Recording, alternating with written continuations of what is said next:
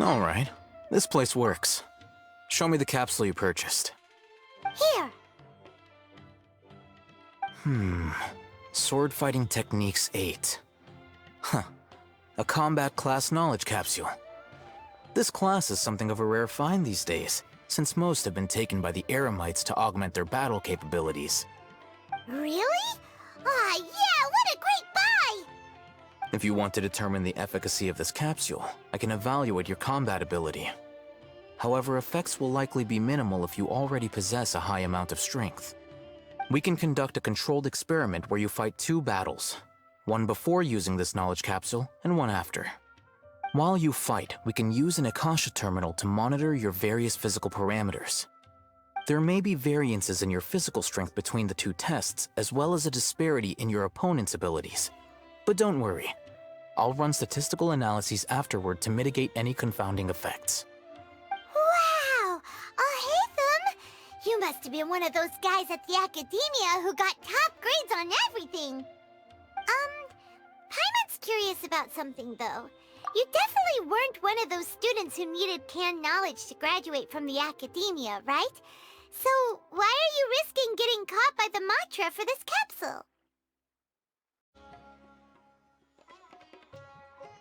When you are unable to understand a researcher's actions, most cases can be attributed to curiosity. This is but one theory. Sounds like you're trying to avoid the question.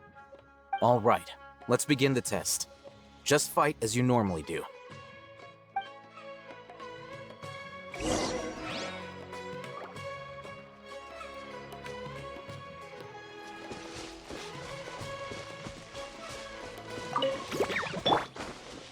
My apologies.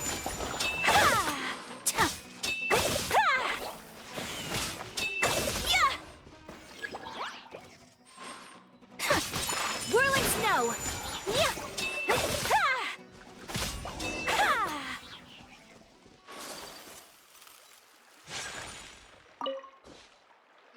All right, I'll link your Akasha terminal to record data.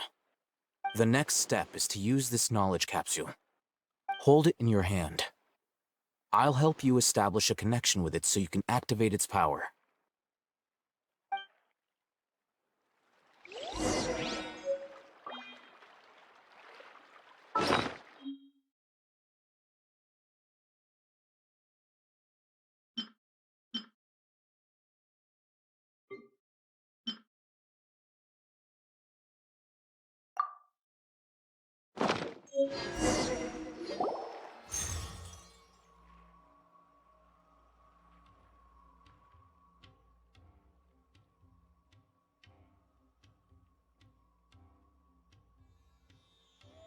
Hey, how are you feeling? You mean that it worked? All right, time for round 2. Fight with the same composure as before.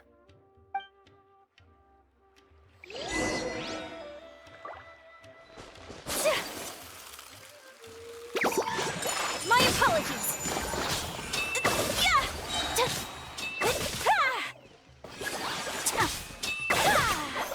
Everybody stand back!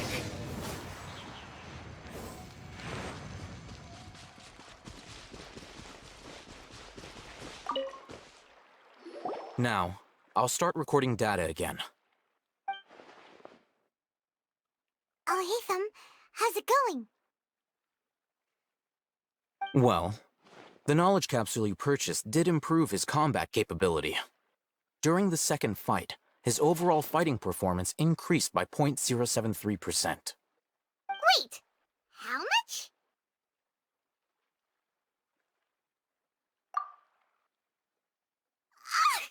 Dory's such a jerk! She totally scammed us! 1 million mora? This thing isn't worth a tenth of that amount! Of course, this could be because he is so powerful that the capsule's contents were unable to produce a substantial increase. At the very least, this test allowed me to gain more insight into you two. Our deal seems increasingly worth my investment. I'm heading back to Ikela Funduk. I await your response in 2 days' time. This is Mora for when you ask Dory for information. Pay her as much as she requests.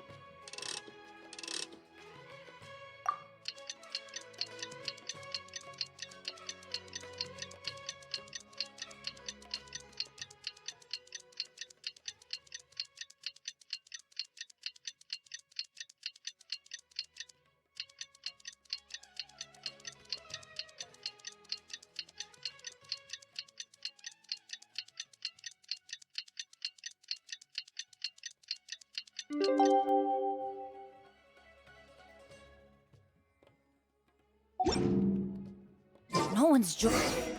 Let's see Dory today and ask her about where the Divine Knowledge Capsule is.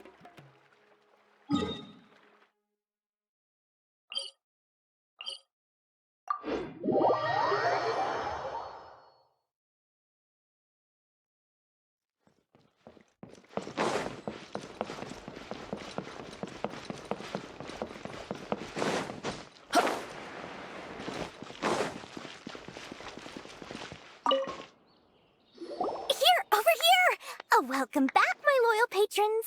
What can I do for you this time? You name it. Canned knowledge, supplies, or anything else you need. I'll find a way to get it. Where there's a waterfall of Mora, there's a way. Can you really get us anything we want? Anything at all? Aha! So it appears that canned knowledge alone is no longer sufficient for your opulent appetite. Then please, oblige me. Tell me what you have in mind. Oh! I knew customers with pockets as deep as yours would undoubtedly crave something more profound than ordinary canned knowledge. But you know, that kind of information isn't going to be cheap. After all, I had to work really hard to weasel my way into the auction site. Not to mention that if anyone found out that I was the leaker, I would be in big, big trouble. But how can we be sure your information is accurate? Paimon's curious how you just happen to have this kind of info the moment we need it. Because to me, anything of value is what I consider to be my supply. Therefore, I must always be aware of what's hot on the market in order to secure more sales. As for the information's authenticity, well, you've no need to worry about that. I used a camera to take a picture of the transaction. That way, no one can dispute it. It's always a pleasure doing business with such sterling patrons. Now that you've paid in full, here's the scoop. The Divine Knowledge Capsule was purchased yesterday by a certain Misery, the leader of Ain el Ahmar. Ain el Ahmar? You mean the Eremites who worship the Scarlet King? Ah, so you're already familiar with them. The group has done everything in their power to obtain the Divine Knowledge Capsule. After all, they believe it contains the power of the Scarlet King. That Divine Knowledge Capsule is unlike any other canned knowledge I've seen before. It was glowing bright red. The capsule is clearly visible in the picture I took. You can look for yourself. Thanks for the info, Dory. Please, it's my pleasure. It's all thanks to discerning customers such as yourselves that my efforts yesterday were not in vain. Please, don't hesitate to contact me if you ever need anything else in the future. Mora for Dory opens doors. Well, we figured out where the Divine Knowledge Capsule is. It turns out it ended up in the hands of Ain el Ahmar. Let's head back and talk to Al-Haytham.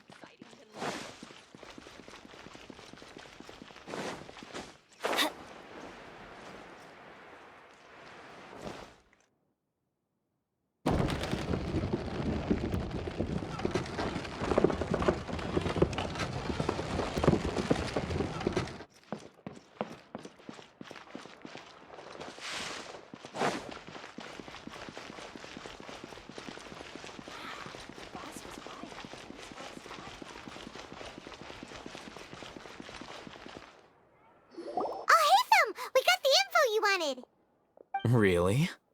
All right. Let's hear it.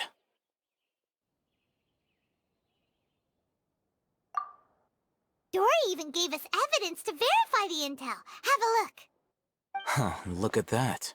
Clear as day. It must have taken some guts just to infiltrate the scene of the Eremite's transaction. But then to get close enough to take a picture like this. Bold move, Dory. Very bold move. All right. The person in this picture is indeed Misery, the leader of Ain al-Ahmar. And the glowing red capsule he's holding appears to be the Divine Knowledge Capsule. In which case, if we play our cards right, when we confront them next week, we should be able to force them to show their hand. At first, Paimon didn't get why you were provoking these Ain el-Ahmar guys. But now, it sort of makes sense. Everything's playing right into your hands. After we defeat them, we can finally have a serious talk with their boss and get them to lend us the Divine Knowledge Capsule. Thank you for your time and efforts. Take a few days off while I make some preparations. Let's meet up again on the afternoon of the arranged date, 3 o'clock sharp. See you then.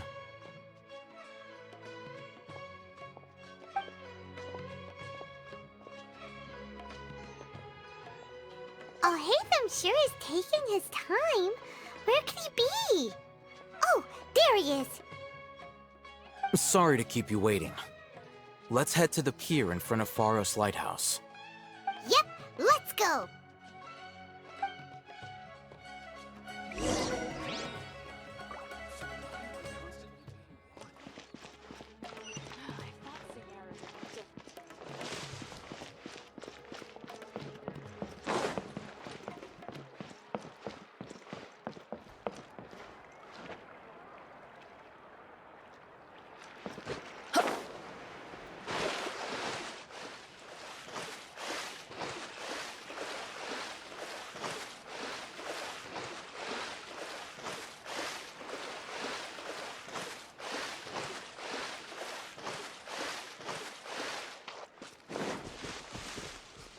Adventure time!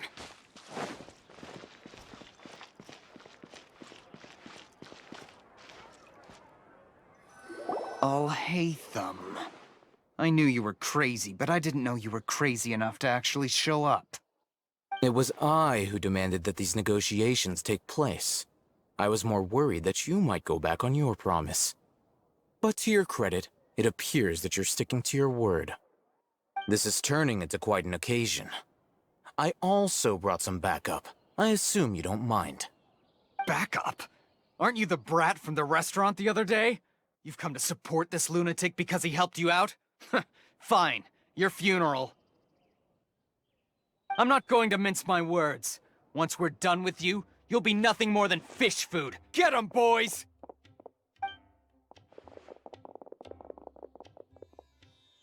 Uh-oh, here they come. Good luck, you two.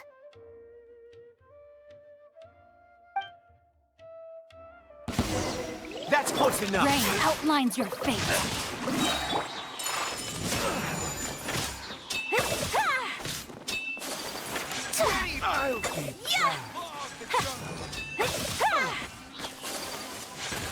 Take flight!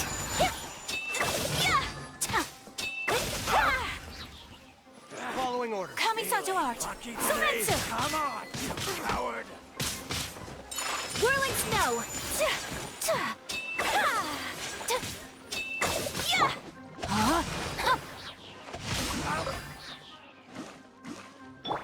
I'm going in!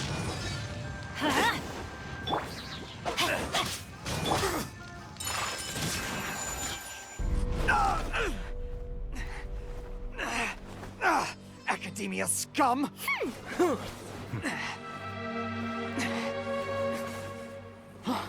Boss! Finally! Did you use it? Great! Now we can...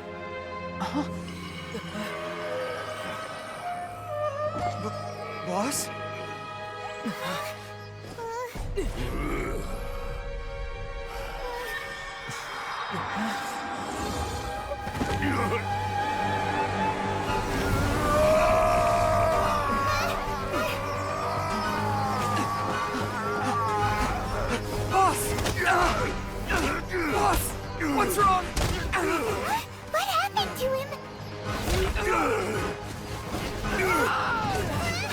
We have to cut his Akasha connection, now.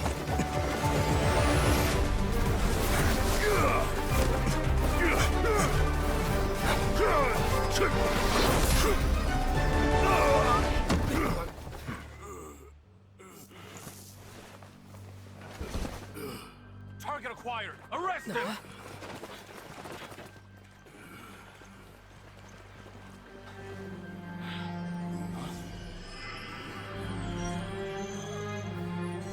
Do not impede our work. Is that understood, Al-Haytham? Of course. I was only trying to help. Take him away!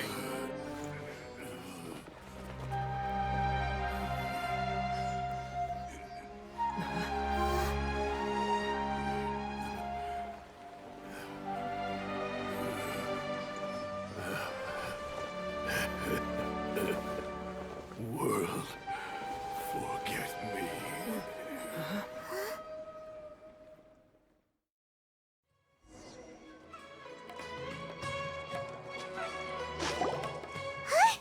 What in Tibet just happened? It's like that big guy suddenly lost his mind. It looks like he used the Divine Knowledge Capsule.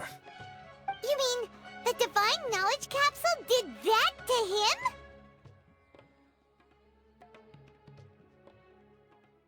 Oh, yeah. You mean how some researchers go insane after getting knowledge from Irminsul? I've heard of numerous incidents of researchers in Satyavada life going insane. The state that man is now in suggests that this is a similar situation. This Divine Knowledge Capsule does appear to be linked to the gods, but beyond that, it doesn't seem anything like the rumors suggest. Possessing it doesn't grant you divine wisdom or power. Did you hear what he said? World, forget me. What could that possibly mean?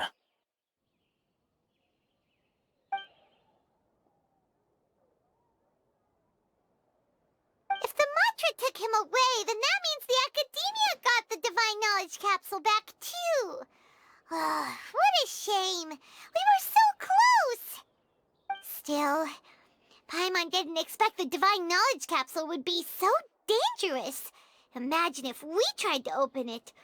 Oh, who knows what would have happened to us? As things stand, there is no reason for me to remain in Port Ormos. I believe our collaboration has also reached its end. Oh, we were so busy trying to find the Divine Knowledge Capsule that Paimon forgot to ask you something. Since you're a member of the Academia, do you have any idea how we could go about meeting Lesser Lord Kusanali? Truthfully, I don't. Lesser Lord Kusanali appears to exist outside of Sumeru's entire administration. Most of the time, you wouldn't know she exists at all. Moreover, since the Academia possesses the Akasha, a symbol of our deity's wisdom, scholars have no reason to desire to make contact with the deity herself anyway. Everything about Lesser Lord Kusanali is such a mystery! I'm heading back to the Academia. How about you two? It's almost the day of the Sub-Zero's festival. Maybe we should head back too. We've been rushed off our feet over the past few days, so maybe a little rest and relaxation will do us good. Then we'll part ways here, Al-Haytham, until we meet again.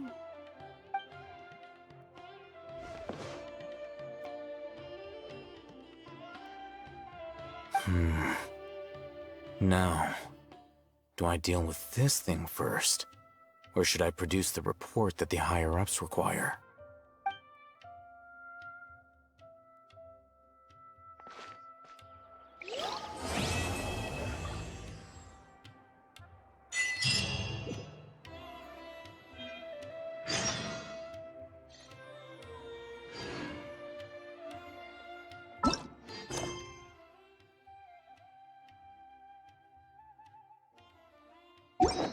So this is a day in the life of the traveler.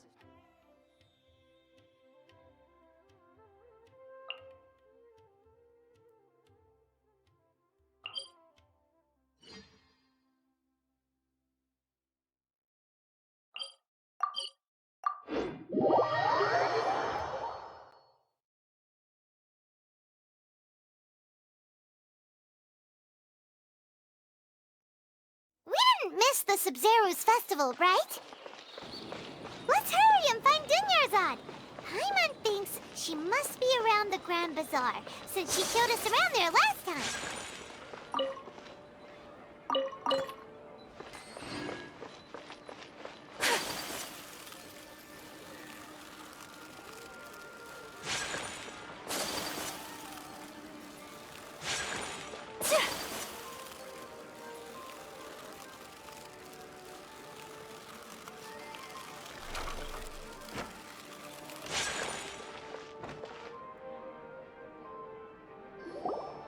There she is! Dunyarzad, we're back! Just as promised, Traveler and Paimon. I'm so glad that you two came back to celebrate Lesser Lord Kusanali's birthday. Indeed. The festival's tomorrow. We've been preparing for so long that I can't help but feel a little nervous. There's no need to be nervous. Paimon's sure that Lesser Lord Kusanali will feel everyone's gratitude. Thanks, Paimon. I hope that everyone who comes to the festival will also have a good time. Speaking of which, did you manage to make your way to Port Ormos? Discover anything over there? Of course we went. A lot of things happened there. I see. Sounds like you two had another exciting adventure. If there is another chance, I would love to join. My lady, if you went to Port Ormos in your current state, we'd both be in for a lifetime of trouble. Dia! You were eavesdropping! It's called covert protection. Keeping an ear out for what's going on around my employer is part of the job. It's all right, Dia. I merely said I would like to go. I know better than to think my body could handle it. The festival's tomorrow. I've been doing nothing but causing trouble for you. So Dia, please take some time to relax. I'll be fine. Even when you put it that way, it still doesn't feel right. Don't worry, my guardian knight. Okay, fine, but only tonight. Tomorrow's a big day, and many no-good scumbags are gonna try to take advantage of that. Ah! Oh, you two must be exhausted from your long journey back to the city. My apologies for not realizing this sooner. I've already prepared a room for you to rest. Please follow me. Whoa, you're so thoughtful. Paimon's so ready. That everyone can enjoy.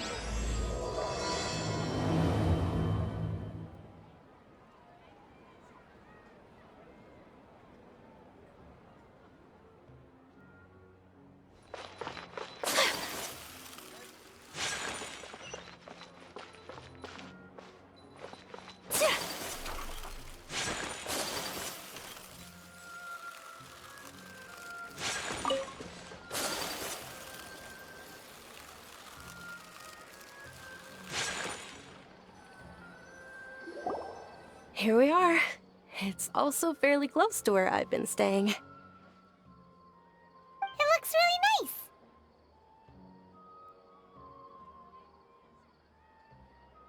nice. Not at all. Just tell me more about your adventures when you next get the chance.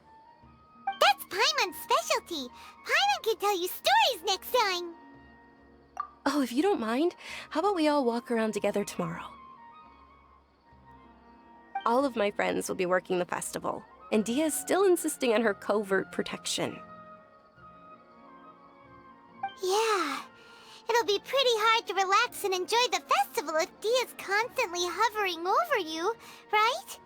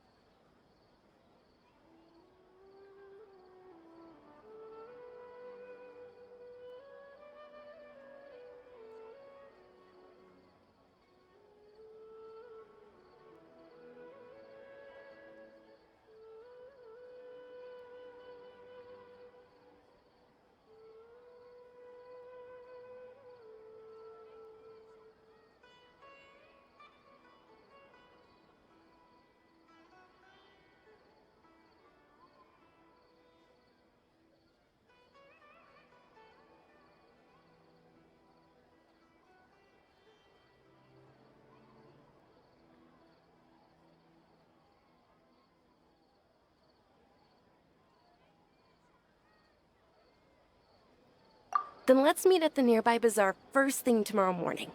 Have a great night. It's a deal. Good night, Dunyarzad. I may be too excited to fall asleep tonight. See you tomorrow. Paimon's starting to really look forward to the Sub-Zero Festival, too. Will there be lots of yummy food? Oh, no. Thinking about food is just gonna keep Paimon up all night. The earlier we sleep, the better. Let's go inside, Traveler.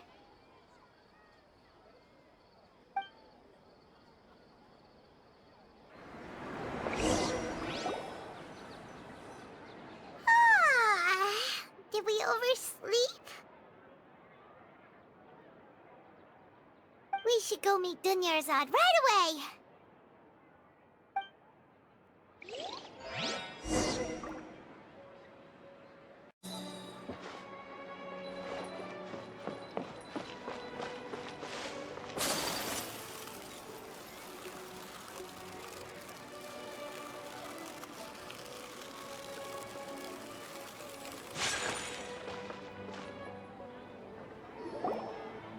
Traveler, Paimon, I've been waiting for you two. Good morning, Dunyarzad. We must have overslept a little bit. Not at all. I arrived early. Today is finally here. I must cherish every moment as if it were gold. You've worked so hard for this day. You gotta enjoy it to the fullest. You know it. Oh, it's just that, as expected, I had some trouble falling asleep last night. I'm hoping my body won't be too much of an issue today. Well, shall we? Let's start with the stalls over there.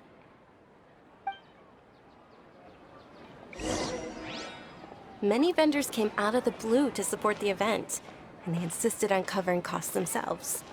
Let's go give them some business. They paid for everything out of pocket? Oh, sounds like they're not in this just for the Mora. They all said that contributing to a lively festival atmosphere is more important than money. Especially since we don't often get to celebrate Lesser Lord Kusanali's birthday. Ooh, they're selling food over that way! Let's go This is a stall offering foods from the Haftmewa feast. Oh, you could tell straight away. I thought most people nowadays wouldn't know. Mushrooms, flowers, and all kind of fruit? It's all vegetarian stuff. Aw, Paimon's a little disappointed. So, what's the Haftmewa feast you mentioned just now? It's another Sub-Zero's festival tradition. People used to set their tables with 7 different foods. Generally speaking, the most common selections were foods like Rukushifa mushrooms, lunar lotuses, Sumeru roses, sunsetias, kapulatas, hara fruits, and zaytun peaches. So, the Sub-Zero festival is a vegetarian holiday? You don't have to be a vegetarian to enjoy the spread. We just use the 7 foods to symbolize the 7 virtues of the Dendro Archon. Wait, but if that's the case, if Sumeru uses vegetarian food to represent the Dendro Archon, then wouldn't the Pyro Archon's festival be full of food like roasted fowl, juicy meatballs, grilled steak? Oh, Traveler, we have to go to Natlan as soon as possible! I hope your wish comes true one day, Paimon. Thanks! Alright, how about we also check out some of these other stalls?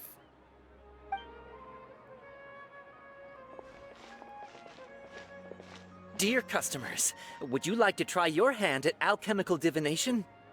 What's alchemical divination? Those two things sound like they'd be fun to try together. Right? I thought the same when I first heard about it.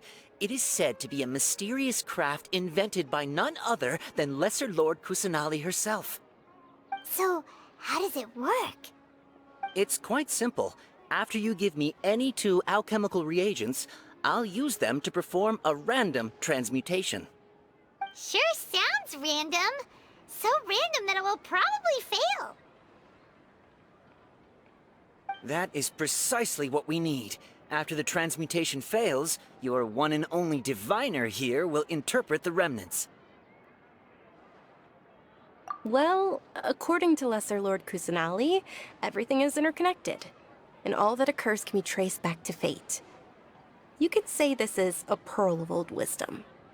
Why does everything sound so much more credible when Dunyarzad says it? Are you guys working together? So that's the true wisdom behind it. This young lady sure knows her stuff. So, how about it? Want to give it a try?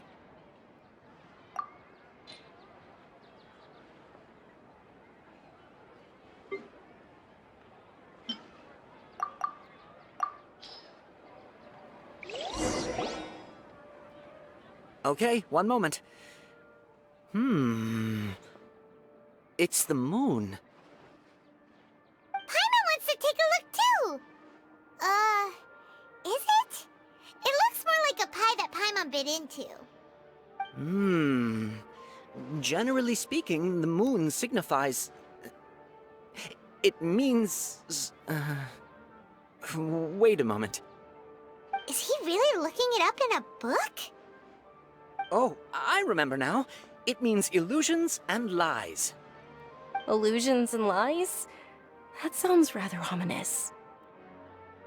Yes, but this book says that if you trust your intuition and overcome your fears, the sun will surely rise.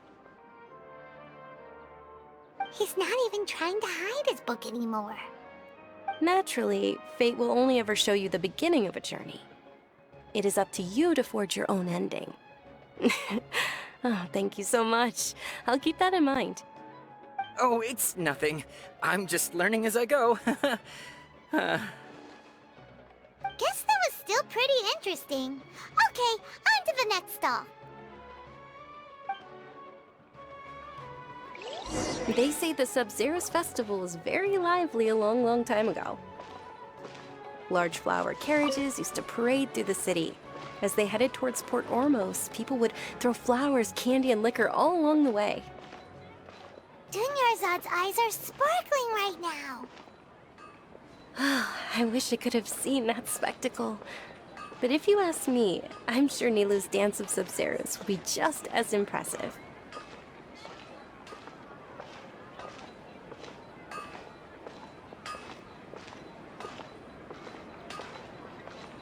Things can go on like this. Attention! Soldiers, fall into formation if you want any Yalda candies.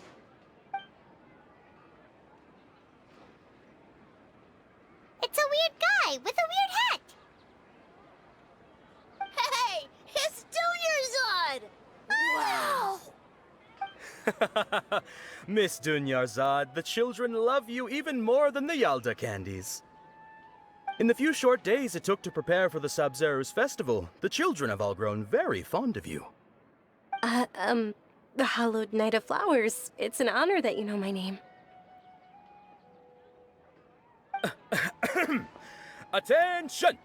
In the name of Ferris, the Knight of Flowers, I commend you on your contributions to the glorious Sub-Zero's festival. All right, little soldiers. Take your Yalda candies and don't forget your loyalty to Lesser Lord Kusanali. Dismissed!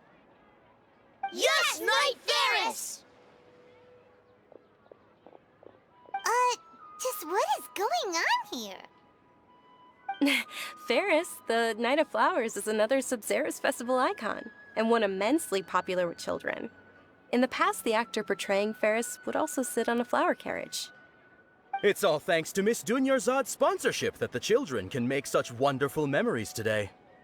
As are we to you, Vihar. Oh, not at all. Oh, speaking of tradition, do you want some Yalda candies? They're a festival staple, and I happen to have some boxes readied here. Take a look and pick whichever one you want. Whichever one, don't these boxes all look the same? That is the fun part. Each box contains a random flavor. It's up to the luck of the draw. Flavors include lavender melon, hara fruit, sunsetia. Ooh, those all sound pretty good. And there's also lizard tail and oni kabuto. Huh? What's up with those two flavors? Oni Kabuto is a little spicier than Lizard Tail. Dunyarzad? You tried them before? Traveler, help Paimon pick one. It's alright. Paimon believes in you. I also believe in your intuition. Great! These boxes of candy are numbered 1 to 5 from left to right. Which one do you want?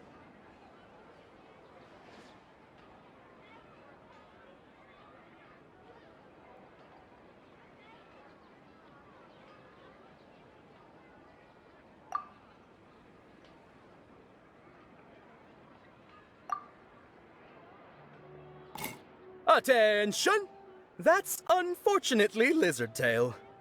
Oh, Paimon thought you survived so many epic battles because you had incredible luck. But looks like Paimon was wrong. The Sunsetia-flavored candy was in box number 4. How about this? The most important thing is that everyone has a good time at the festival. So please, take both boxes. Really? Thanks a lot, Knight of Candies! It's Night of Flowers, not Night of Candies. Paimon really wilted the carriageless Knight of Flowers. They all basically sound the same. We got our candy, so let's keep going. Oh, actually, I just remembered that I left something behind. Since you're here, can you come with me to get it?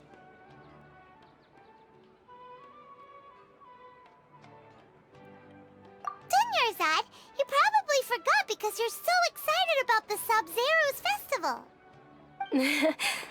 How embarrassing.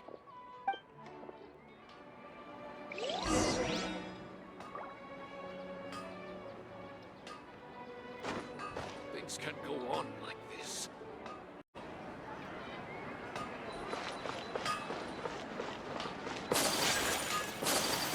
Things can't go on like this.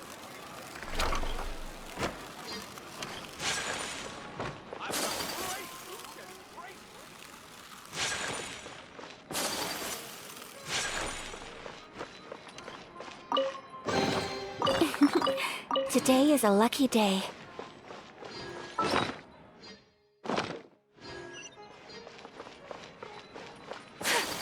I wonder. What's so great about Get your spices here.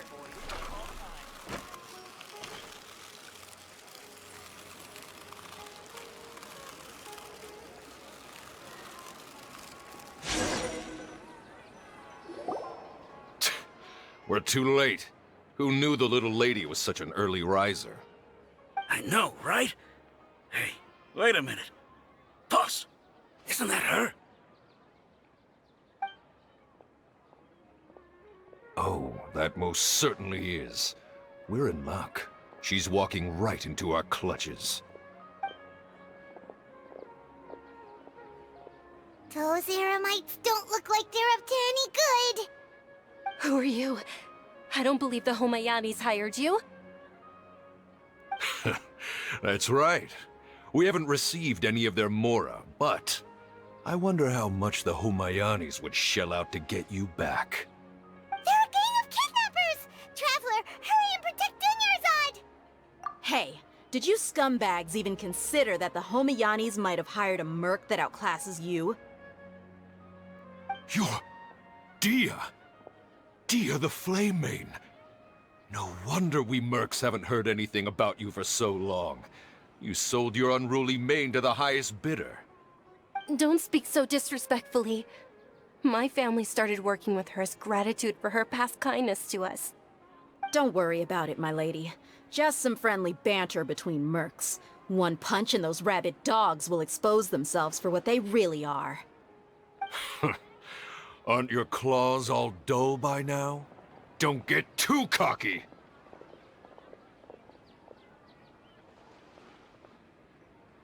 Traveler, take Miss Dunyarzad to a safe location.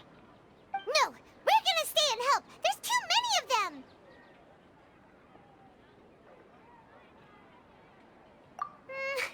You're right. Alright, fine. Please be careful, Dia.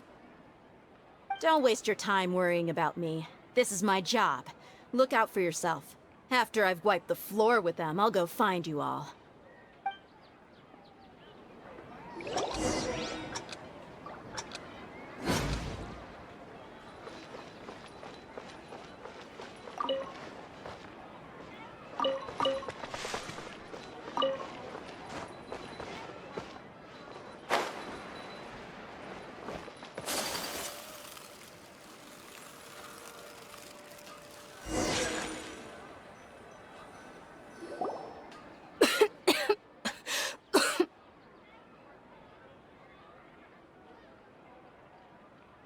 Dunyarzad, are you okay?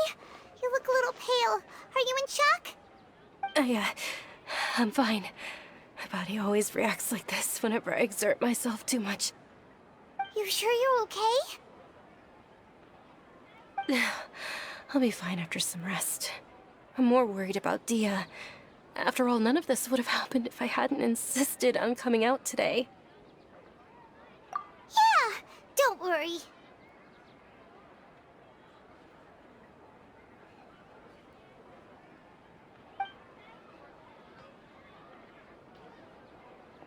My lady, Traveler, found ya. Dia! You took care of them so fast! Any more of them? Or rather, did anyone follow you? Dia, your arm! Oh, this? I'm fine. It's just a scratch.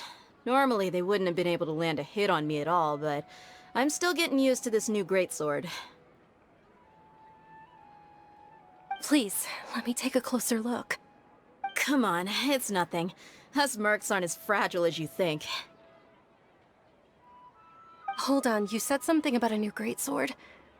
What happened to the one you were using before? About that. Well, I sold it, because I was low on Mora. Stuff like this happens every now and then. It can't be. The anonymous donation that was used for the venue's final round of preparations?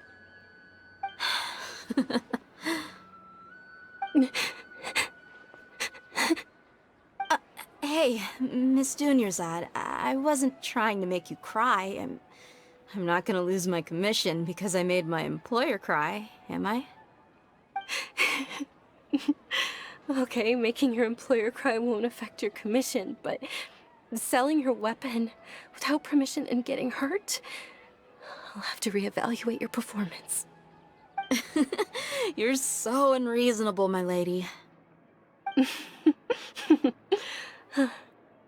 Thank you very much, Dia. Don't be like that. I get embarrassed really easily.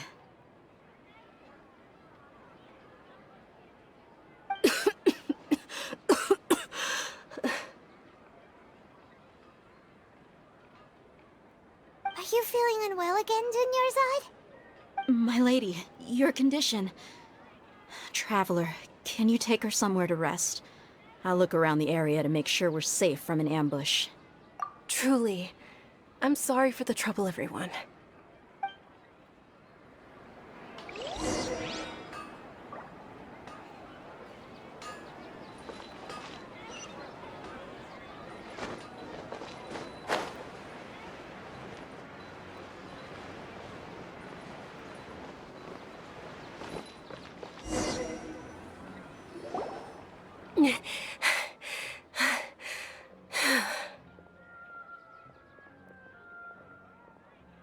Are you feeling better, Dunyarzad? Yes, much better. Just give me a few moments and I'll be good to go. I didn't realize you were concerned about it. I guess I shouldn't continue to keep it a secret. I was actually born with Elazar. It's terminal now. Can't believe it's Elazar! Oh, you've already heard of Elazar. In that case, you probably know about its severity. Sumeru's current medical advancements still haven't been able to find a cure. The disease's progression can only be delayed through environmental therapy. Dunyarzad. There's no need to be sad. I've always lived with Elazar and I came to terms with it a long time ago. Compared to the simple fact that I'm afflicted with this, its effects on my life have been much more painful. I know that my family loves me dearly, They've done all they can to provide the best environment for me, so that I can live for that much longer. However, I know I will one day succumb to this. Did you know? Before I ran away from home this time, the world outside of my home didn't even know that I existed. Since I was a child, all I could do was sit on my bed and stare at everything outside of my window. I'm sure my family's worried and disappointed in me for running away, but I just didn't want to have any regrets. I wanted to meet other people. To me, there's nothing more beautiful than being able to meet and speak with others. Not to mention the incredible time spent preparing for the festival. The joy on everyone's faces here, and all the support I've received from friends like Dia. This way, when my final day does arrive, it will be less sorrowful. At the very least, many people will remember that I once existed in this world, right?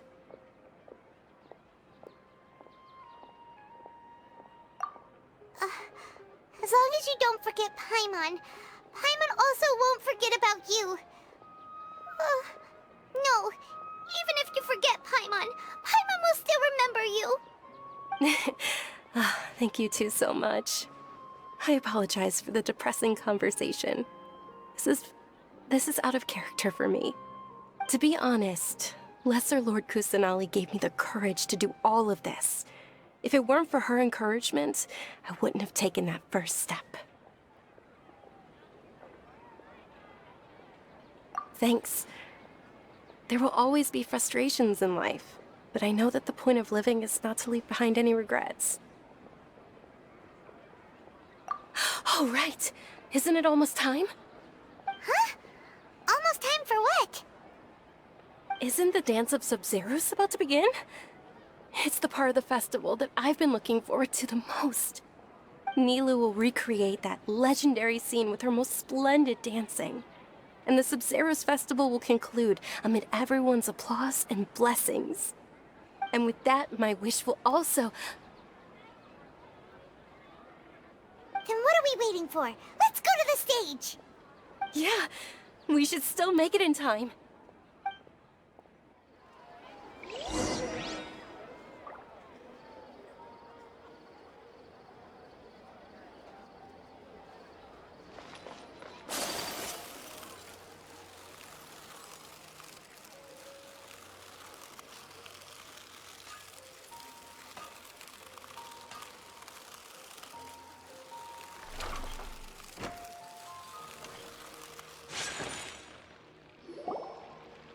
Were you not aware that the law prohibits this type of performance from taking place without prior permission? Over there! Someone's yelling at Nilou! I think I just saw the Academia's Grand Sage. Why is he here in person? But the Dance of Sub-Zeros is one of the key parts of the Sub-Zeros festival. If we can't perform it... The Sub-Zeros Festival. The law also prohibits the private hosting of large-scale religious festivals. Only the Academia can host such an event. If you continue to resist, we will have to order an investigation into every single event organizer. The Grand Sage has already granted you much leniency. I advise that you exercise tact. How did things turn out like this? The Academia was originally responsible for the Sub-Zeros festival, but they failed this responsibility for many years. I need to speak with them. This is a hard pill to swallow, but you're right. Things would only get worse. Art, dance. Aren't you ashamed of pursuing such frivolous and meaningless activities in this land of knowledge and reason? Our Archon created the utopia that is Sumeru City for all scholars who sought validity, verity, and truth, while people like you wish to defile it. No. I believe that our Archon never rejected the arts. Even the goddess of flowers dedicated a dance to her. With your lack of intellectual credentials, I do not believe you are qualified to debate with me. What you should be doing is finding workers to tear down this ridiculous eyesore.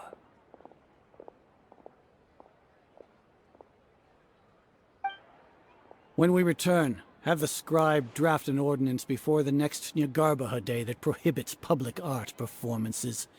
We will announce it to the public later via the Akasha. Understood. I will inform him when I return.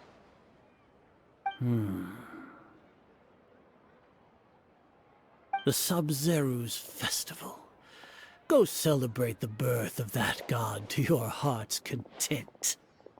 Nilu, are you okay? Oh, Dunyarzad. You all saw that just now? The Grand Sage ordered us to stop the performance. Yeah. Let's go somewhere the Academia can't find us and perform there.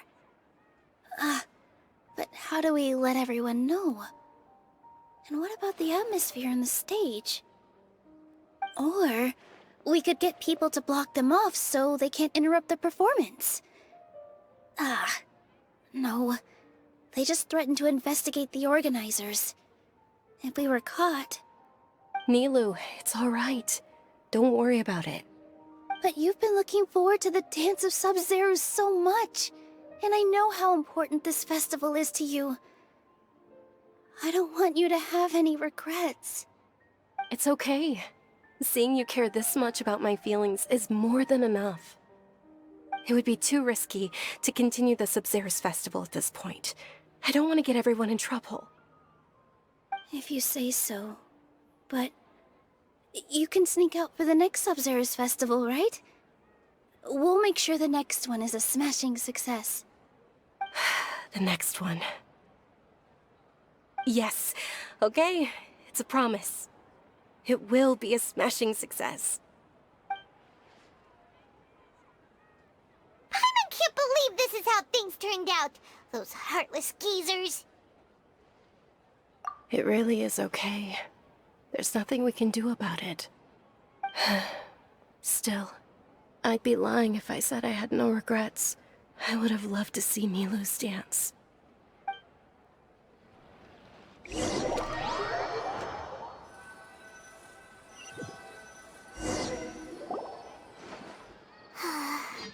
A lot happened today. It's a shame the festival ended the way it did. Nilu and Dunyarzad promised to make the next Sub-Zero's festival a success, but Dunyarzad is running out of time. Yeah.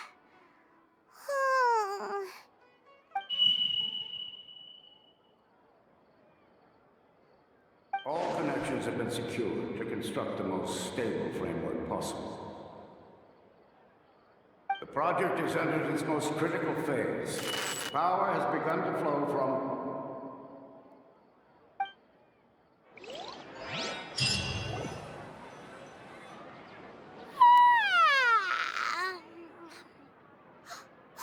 We're gonna be late! It's all because you wouldn't get out of bed!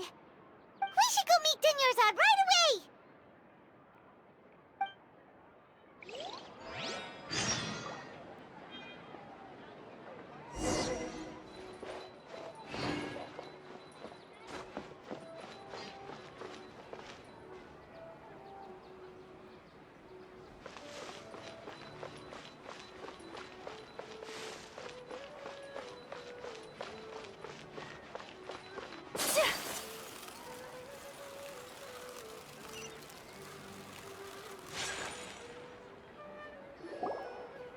Good morning, Dunyarzad. Sorry we're late. Not at all.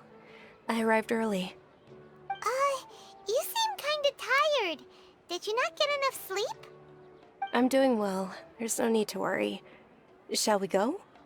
Let's start with the stalls over there. Sure! Traveler?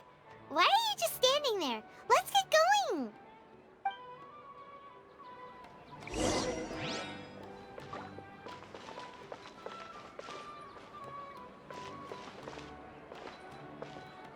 Ooh, they're selling food over that way! Let's go take a look!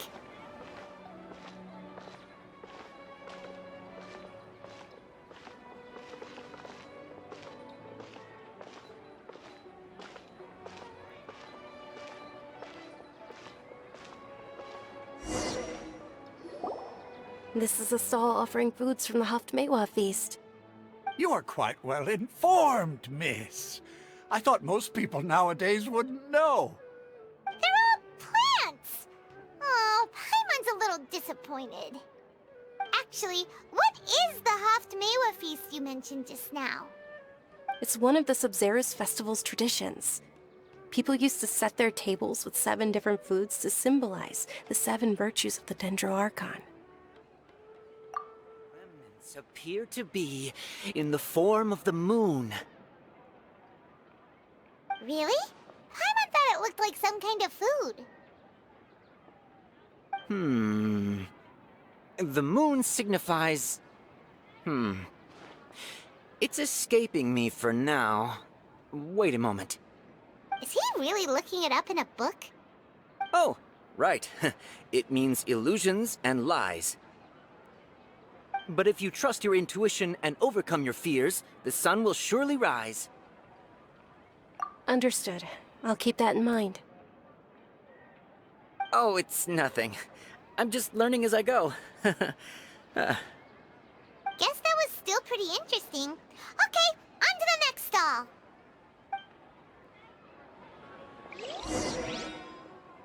So, where to next?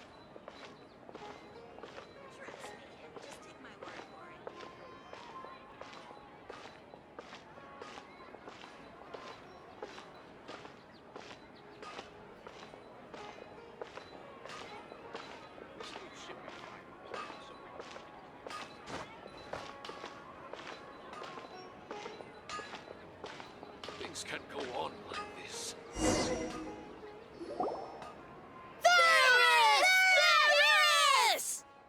All right, soldiers. Now that you have your Yalda candies, don't forget your loyalty to Lesser Lord Kusanali. Dismissed! Yes, Knight Varus! What's going on? Is this a play? Ferris, the Night of Flowers, is another Sabzeruz festival icon and one immensely popular with children. It's all thanks to Miss Dunyarzad's sponsorship that the children can meet the Night of Flowers. Oh, do you want some Yalda candies? I happen to have some boxes readied here. Take a look and pick whichever one you want. What's to pick? Don't these boxes all look the same? It's not that simple. Each box contains a random flavor. It's up to the luck of the draw. Flavors include lavender melon, hara fruit, sunsetia. Ooh, how interesting! And there's also lizard tail and oni kabuto. Ugh, why do those flavors even exist? Traveler, help Paimon pick one. Paimon wants to eat the sunsetia flavor. Great! These boxes of candy are numbered 1 to 5 from left to right. Which one do you want?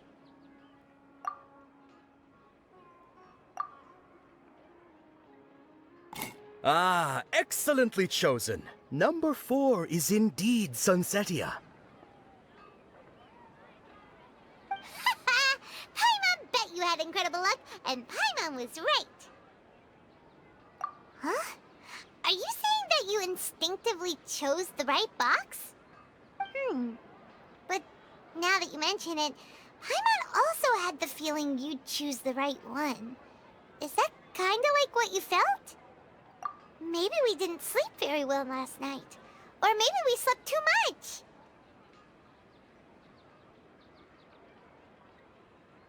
Oh, sure. Huh? Where are you going? You're just gonna walk off like that?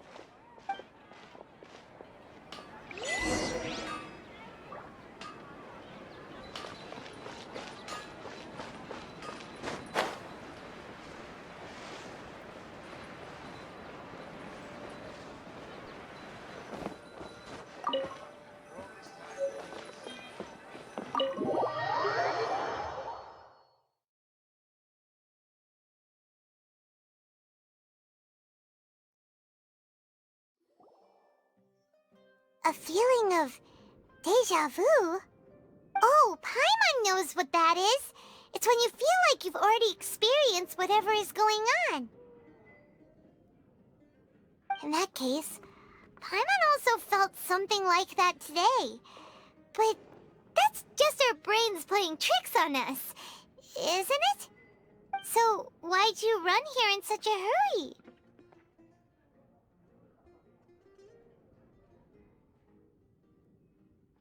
So that's it! You're intentionally doing things you usually wouldn't, and seeing if you still get that same feeling of déjà vu. Welcome, you two. Are you here for lunch? What would you like to eat? Got it. You don't look like you're from these parts, but I gotta say, you've got good taste. I'll give this order to the kitchen. Coconut charcoal cake? Isn't it that burned thing that didn't look tasty at all? Oh, Paimon understands what you're trying to do now. You'd never normally order something like this.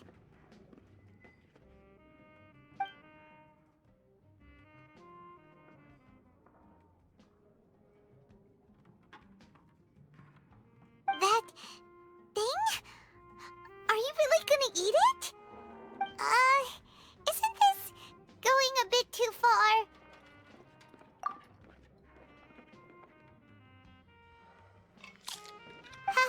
How was it? The look on your face is telling Paimon that it tasted awful.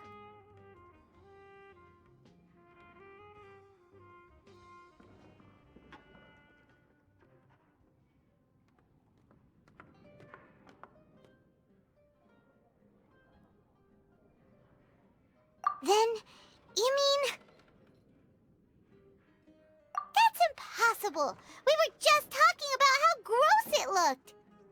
So, would this be a case of taste bud déjà vu? Paimon also gets the impression that we've been here many times, even though we aren't regulars. How about we go out again and try something else?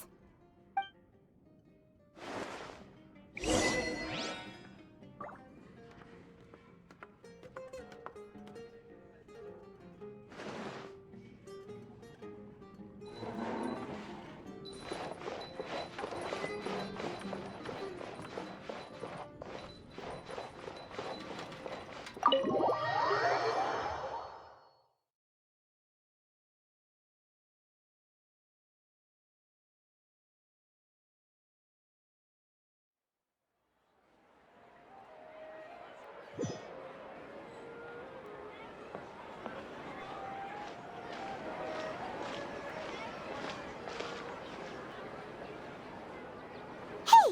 Dinyarzad is sitting by herself on that bench over there!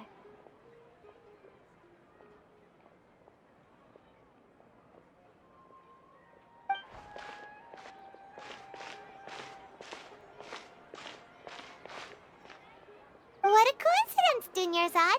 We meet again! Why are you sitting here all by yourself? Oh, I ran into some kidnappers just now, but thankfully Dia came to my rescue. I started to feel unwell after that, so I sat down here. Kidnappers? Oh my goodness, are you hurt? I'm okay. Dia's arm got scratched, but it isn't serious. Whew. That's a big relief. But, Dunyarzad, you seem a little down today. It's the Sub-Zero's festival, and you've been looking forward to it so much! Not at all. I've always been like this. Excessive physical exertion or strong emotions tend to aggravate my illness. Besides, no matter how amazing today may be, it is but a single day. After however many more days, my time will come to an end. Paimon doesn't quite follow you, and Paimon feels like something's really got you down right now.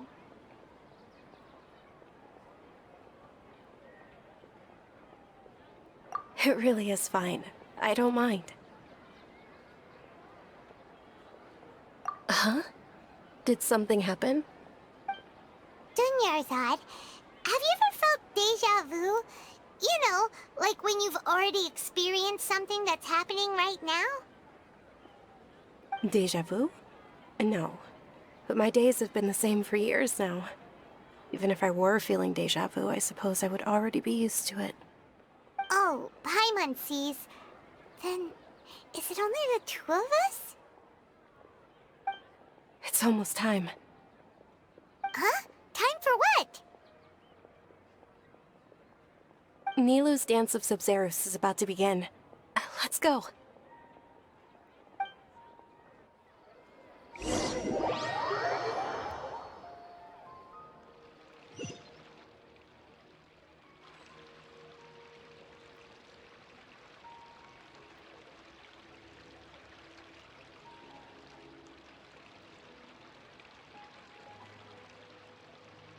With your lack of intellectual credentials, I do not believe you are qualified to debate with me.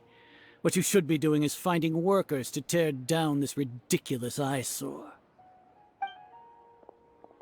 When we return, have the scribe draft an ordinance before the next Nyagarbaha Day that prohibits public art performances.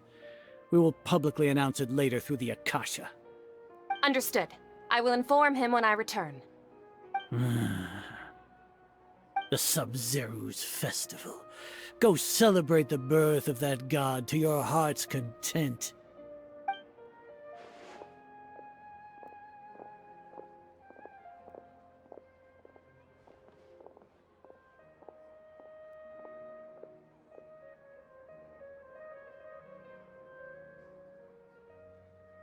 Nilou, are you okay? Oh, Dunyarzad. The Grand Sage ordered us to stop the performance. It's okay.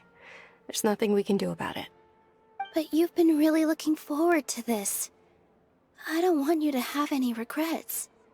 It truly is unfortunate, but I don't want to cause trouble for anyone. Didn't the Grand Sage say that he might investigate the organizers? True, but... well, okay. I'll just have to try again next year. The next festival. I probably won't be around by then. Wait, what did you just say? No, nothing. I'll be heading back to rest. Thank you for your help, everyone. Paimon can't believe what those heartless geezers did!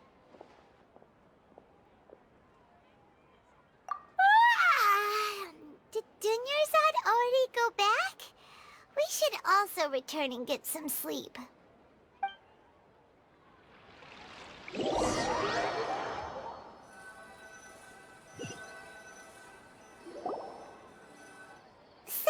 in the end, you still couldn't figure out what that deja vu feeling was all about? Maybe it really was because of exhaustion. Same here. That's why Paimon stopped thinking about it halfway through the day. Then, how about we settle in and get a good night's sleep? For now, we can chalk things up to exhaustion. We can do more thinking tomorrow.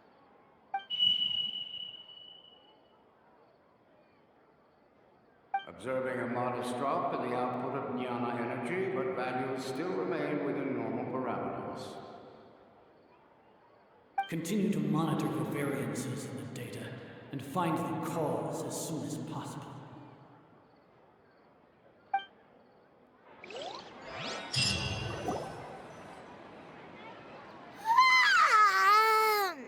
Why does Paimon feel so tired after so much sleep?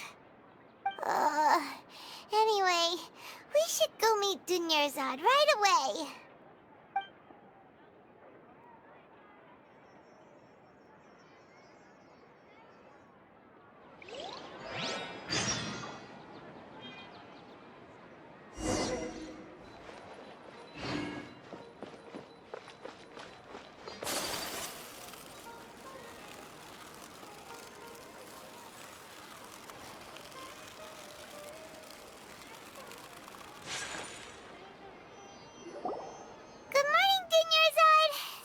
Keep you waiting.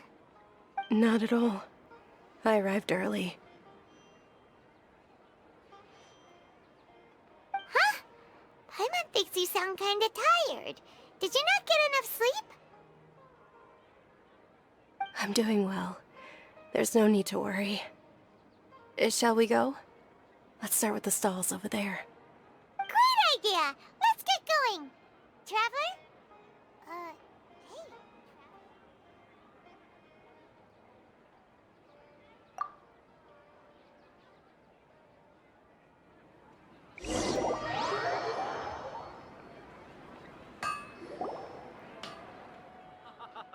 It's all thanks to Miss Dunyarzad's sponsorship that the children can enjoy the Sub-Zero's festival.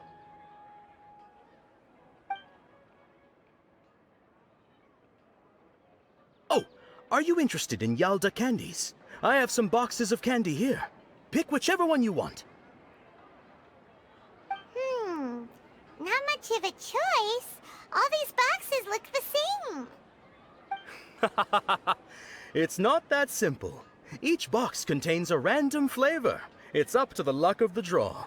Flavors include lavender melon, hara fruit, sunsetia. They all sound pretty tasty. And there's also lizard tail and oni kabuto. Huh? What were those last two? He'll help me choose. Paimon wants to eat the sunsetia flavor. No problem. These boxes of candy are numbered 1 to 5 from left to right. Which one do you want? Oh, I like your confidence. No hesitation at all. Oh, congratulations! Number 4 is indeed Sunsetia.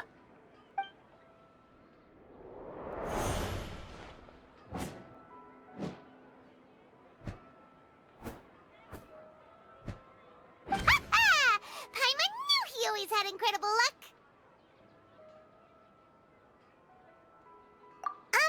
Paimon's not really interested in the other flavors. Wait. How did you know? Don't tell me that you already knew which flavor was in each box. What? He was right about all of them? That couldn't have been luck. How is this possible? I packed all those boxes this morning and they've been sealed ever since. You couldn't have known beforehand. Mind reading? X-ray vision? Or some kind of magic trick? This is way too freaky. Tell us what's going on! Since when did you get superpowers? Traveler?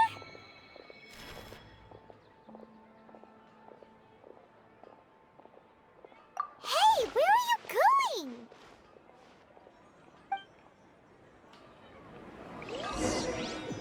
What's going on? Did you see something? Us leaving Dunyarzad without letting her know is kinda rude.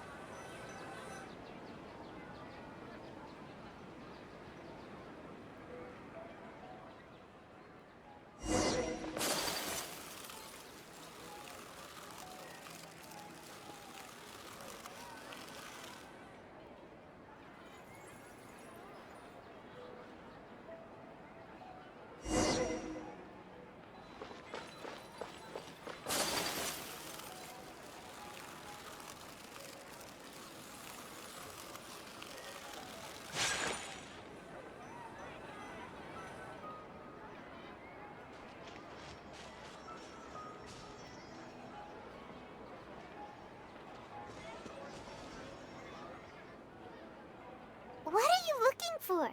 Why did we come here?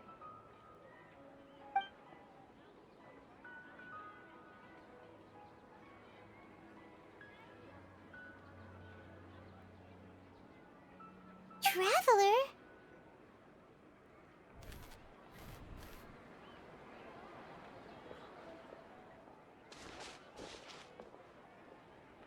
That's...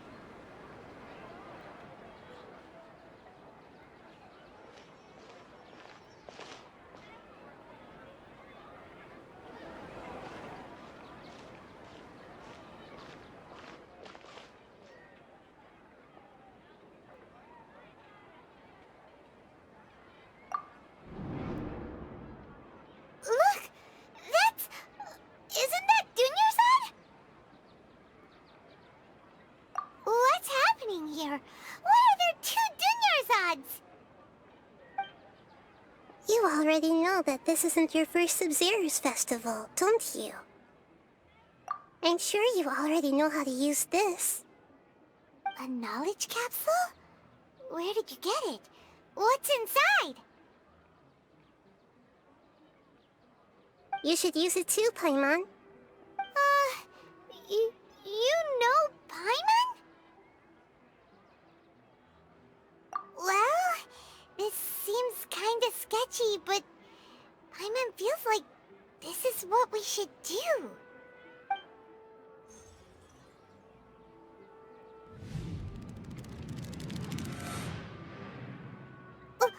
What the? This is our 20th time at the Sub-Zero's festival? Huh? No. The 30th? 40th? Just how many times have we been to the Sub-Zero's festival? Have we been trapped in a single day? If it weren't for you, we wouldn't have even realized. What the heck was inside that knowledge capsule? Your memories are still scrambled? Try your best to remember. This isn't the first time we've met, and I answered that question a long time ago. Let Paimon think. Oh, it's coming back. Meeting you was the real catalyst for restoring our memories, and the knowledge capsule was just your means of showing our minds the way. What about everyone else? Why are you only helping the two of us? Your sense of deja vu is stronger than everyone else's, yes? As for an explanation, you two received the blessing of Dendro, and you also have special, sensitive constitutions. It was as if a single sheet of paper was separating those memories from your consciousness. A familiar question. I think this is the 7th time you asked that. As you can see, she isn't doing well. You probably sensed it too. The Dunyarzad you were just with is different from the first Dunyarzad you met. That first Dunyarzad is in front of you right now, and she doesn't have a lot of time left. Looks like you're almost done sorting out your brain. Oh yeah, I'm Nahida.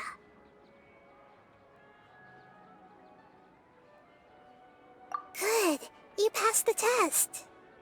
What's happening? You can awaken our memories, and you seem like you know what's going on. Oh, wait, please don't tell Paimon even you don't know. Everything in this world runs in a loop. This cycle is called a samsara. You, me, and everyone else are all stuck inside a one-day samsara. As for the truth, that's on you to find out. If you were told the truth instead of discovering it yourselves, it would literally blow your minds. I don't know how you'd be after that. I can only give you surface-level help, like bits of information and subtle hints. For the rest of the time, I'll be doing all I can to slow down Dunyarzad's illness. She looks like she isn't doing well at all. Her illness gets worse after each Sub-Zero's festival. If we can break out of the samsara, I might be able to save her. But as things are right now, she's just a small bird in the sky that's about to lose its last feathers. All I can do is raise a gale to delay her fall. You sure love to use weird analogies. Analogies are wonderful tools. They let you use existing knowledge to understand unfamiliar things. Okay, so, with what you know so far, what do you think the truth is?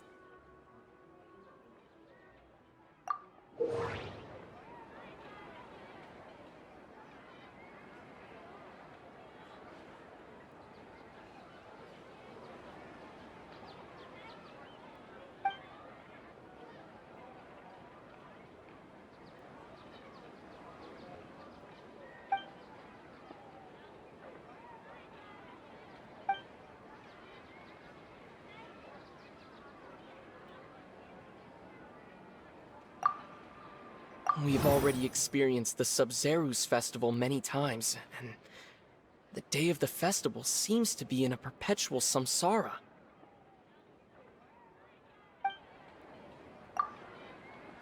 The Grand Sage said, "Go celebrate the birth of that god to your heart's content."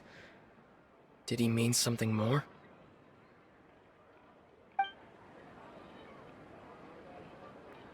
The Grand Sage said, "That doesn't sound right. The moon, illusions, and lies. What do they all mean?"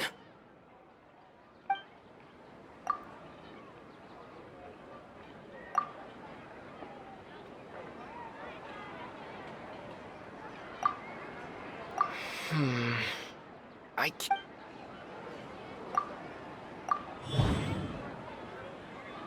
That should be it. The flow of time is endlessly cycling within one single day.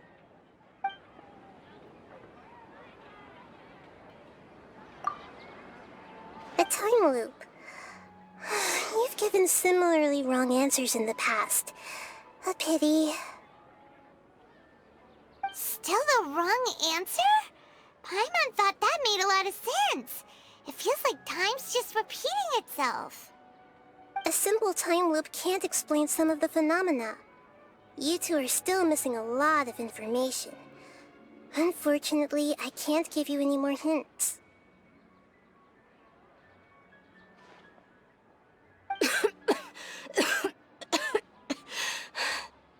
Dunyarzad.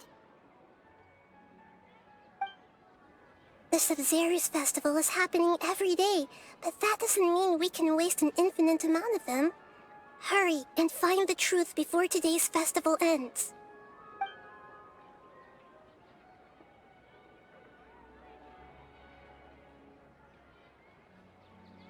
Let's think about our current situation. To save Dunyarzad, we have to escape the samsara of the Sub-Zeru's festival. And to do that, we need to figure out what's happening. The truth. Nahida rejected the idea of a time loop, so we must have missed something, right? Paimon's memories say that we've already done this many times, but let's go talk to people again. It's more productive than sitting here and scratching our heads. Why don't we start with those stall owners?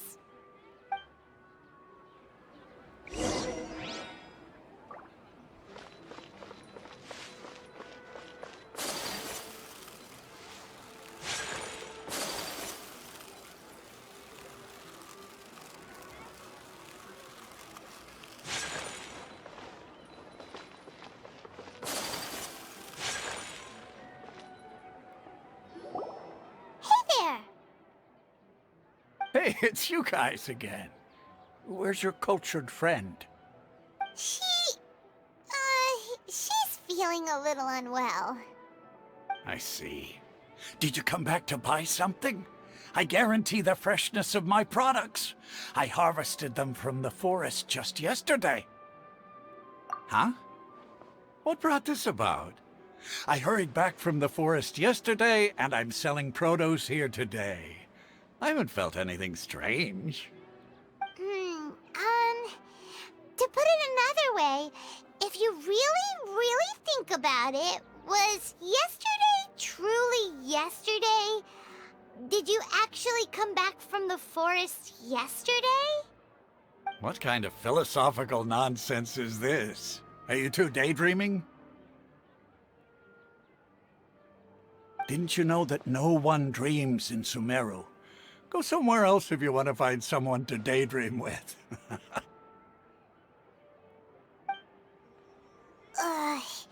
He actually has a point. Is this a dream? Is everyone dreaming? True. It's so weird that people here don't dream. Why is that? Anyway, if this all really were just a dream, we would have woken up a long time ago. Let's keep asking around.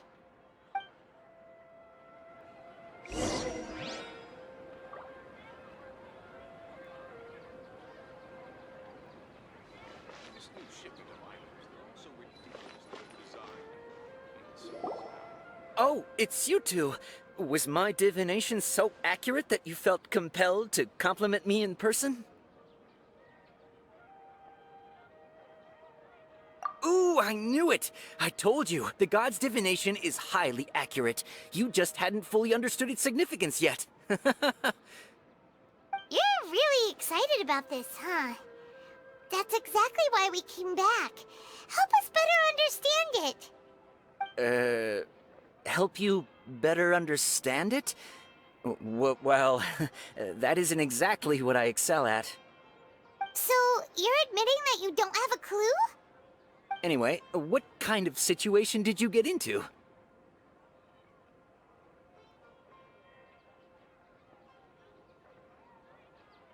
Huh? Hold on a second. I thought you guys just lost your wallet or fell for a scam. What you just said, are you serious? Does that kind of thing actually happen in real life? Paimon knew you weren't going to believe it. Marvelous. Truly marvelous. I believe you. Recall the interpretation of your divination. The moon, illusions, and lies. It really felt like an omen. When you say it like that, the divination does sound like it's related to what's going on. Can you read any more into it? I believe that the Archon's revelations are never more than vague hints. Anything more specific is beyond the reach of mere mortals. The book only says, if you trust your instincts and overcome your fears, the sun will surely rise. So that's how it is. Looks like fortune-telling is just fortune-telling. It's no good for practical problems. We haven't made any progress. Who else can we talk to? Paimon remembers that we tried talking to her a couple of times, but she always thinks we're playing pranks on her. You think she'll brush us off again? Yeah, if we tap into Dia's strong sense of responsibility as a mercenary, then she'll definitely take us seriously. At this time of day, Dia's probably just finished beating up those kidnappers. Let's go find her.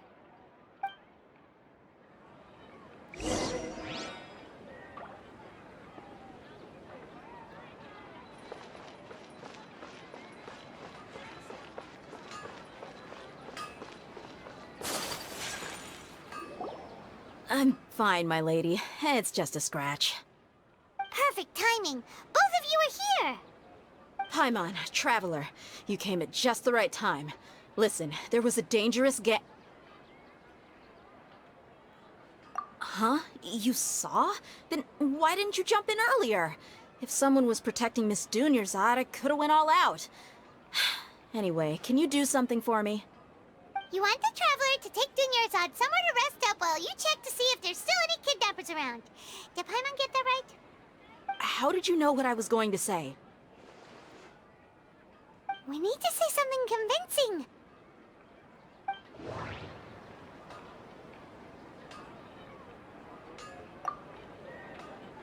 People in Sumeru don't dream.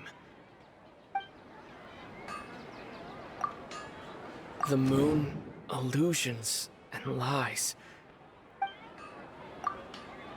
Dia sold her greatsword to raise additional funds, and then she was injured because she wasn't used to her new weapon.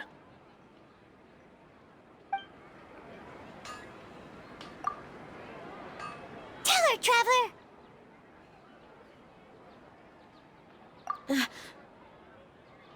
I didn't tell anyone about that. Including Miss Dunyarzad. You couldn't have known. And just now, you literally took the words right out of my mouth. What's going on? All right, so this is the situation.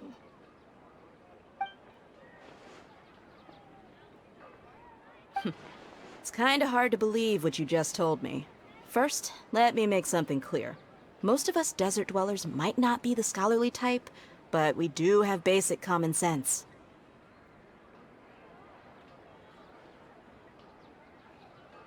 She's quieter than usual.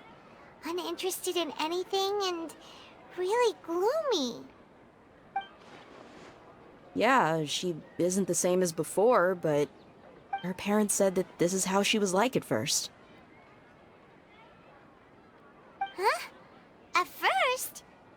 I don't quite understand what you're all talking about. I'll go rest on the bench over there. My lady, are you angry? All right, I'll give you the benefit of the doubt since you knew about my greatsword. Let's make this a quick trip. Miss Dunyarzad isn't completely safe here.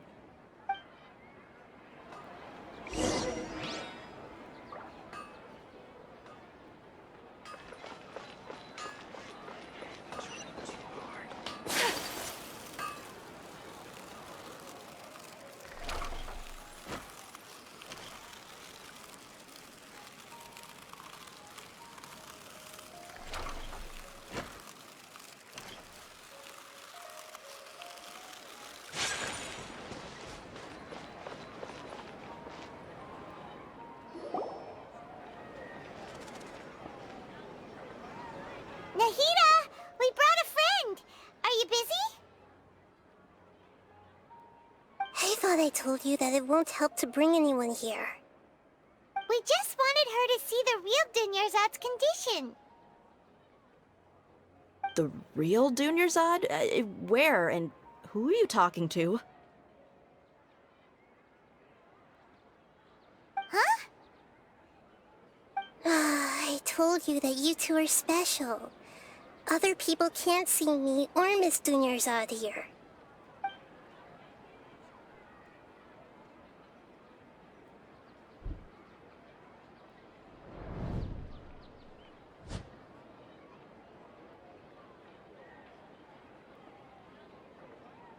Hold on. Over there. Is that?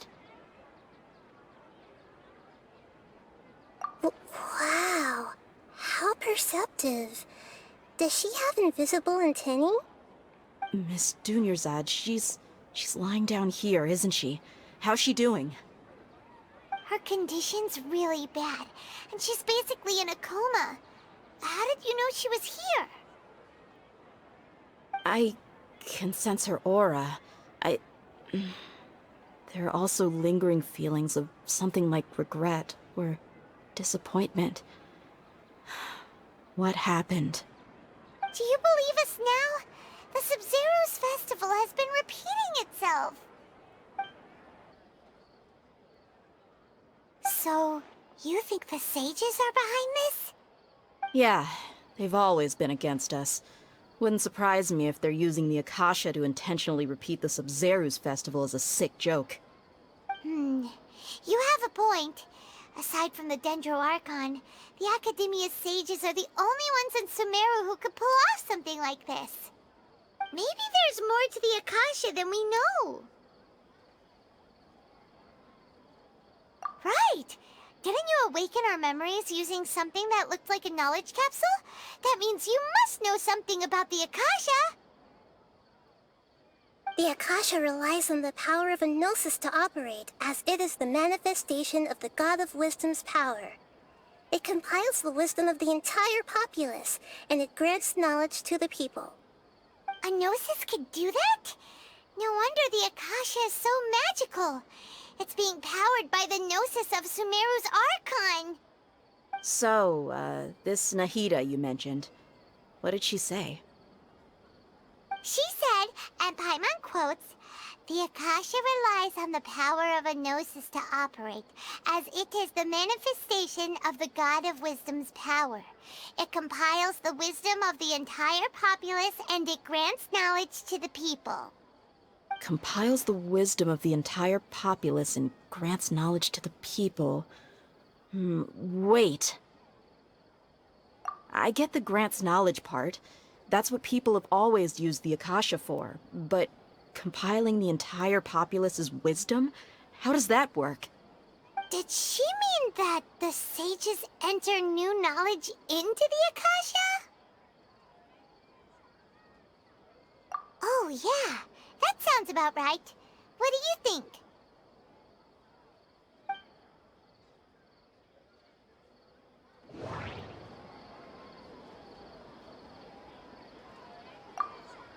Okay, Nahida said the Akasha relies on the power of a gnosis to operate, as it is the manifestation of the God of Wisdom's power.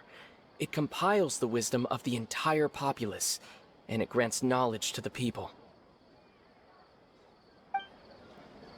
Okay, Nahida said the people in Sumeru don't... My mind feels exhausted. What's happening right now seems to... That doesn't sound right. That doesn't sound right. That doesn't sound right. You mean the Akasha is causing our mental fatigue? Huh. Now that I think about it, my head's been feeling unusually heavy. When the desert dwellers set off on their quest for knowledge, a sage once said, knowledge always comes at a price. Compiling the entire country's knowledge. You think the Akasha pulled a 180 and is extracting information from us? Who knows? The Akasha can put knowledge into our heads, so who's to say that it can't also poke around in there? We don't know any specifics. What's the point of doing something like that? Just think about it. If you could combine the knowledge of every single person in Sumeru, then you can basically turn Sumeru City into a single massive brain. This hive mind could make breakthroughs in problems that even the smartest geniuses can't crack. An excellent deduction. And the analogy comparing Sumeru City to a massive brain? I love it. In that case, we should take off our Akasha terminals right away. Maybe that'll solve this problem.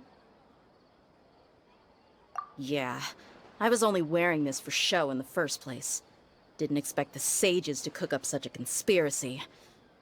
Mark my words, when this is over, I'm getting evidence and exposing this whole thing to the public. How does everyone feel? Huh? What is it?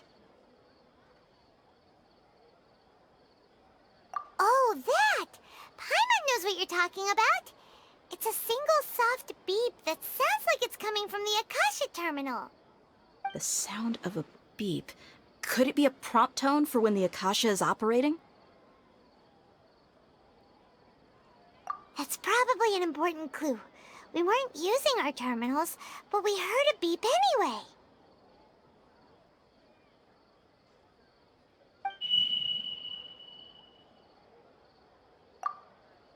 Traveler, did you hear that? I heard it too. Our ears aren't messing with us. There was definitely a beep, but it sounded like it was coming from inside my head. We took off our Akasha terminals.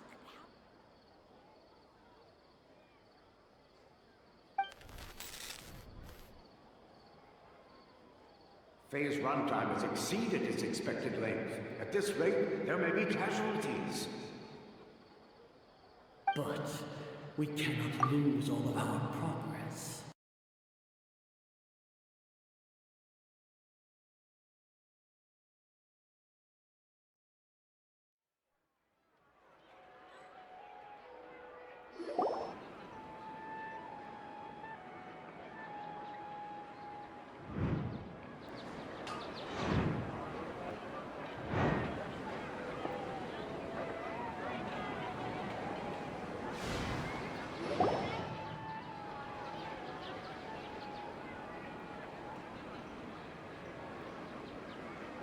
Paimon remembers everything! Good. You adapted quickly this time. We definitely took off our Akasha terminals last night, but we still heard that beep. Why is that? But now we can at least confirm one thing. The Akasha definitely has something to do with whatever's trapping us in this cycle. Oh, Paimon doesn't get it. Why would the Akasha go this far if all it wants is everybody's wisdom? It's extremely difficult for lab rats in an experiment to understand why they're being treated the way they are. If we're lab rats, then what are you? Nahida, you've never told us anything about yourself. I guess I'm the moon. The moon? Wasn't that the result of our divination? Anyway, knowing who I am won't help you get closer to the truth, so you should focus on other things. Don't get distracted and miss any clues. Okay then. Dia helped us a lot yesterday, so let's go find her. If Paimon's reading the time correctly, those kidnappers should be showing up soon.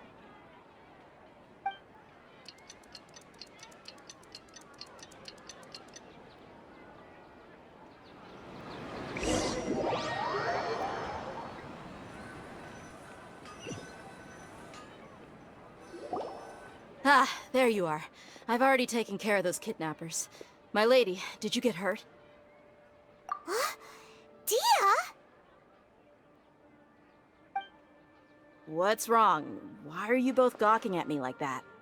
You didn't get hurt this time. Huh? What do you mean this time? Why are you so surprised that I managed to get out unscathed? Those kids were amateurs.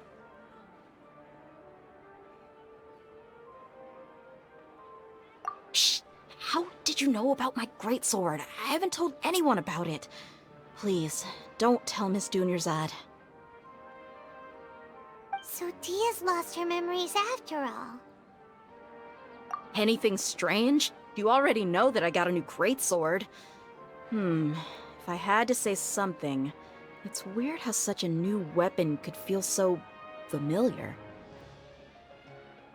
It's as if I've already used it to fight a countless number of battles. You're saying that although you don't remember using it, your body feels like it does? That's right. Both mercenaries and warriors heavily rely on muscle memory. Only knowing the theory of battle won't get you anywhere.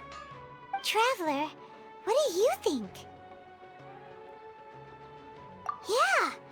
Paimon's feeling really hopeful. Oh, you're right! Earlier in the Samsara, something like this would have never happened! I have no clue what you two are talking about, but it's still dangerous here, so...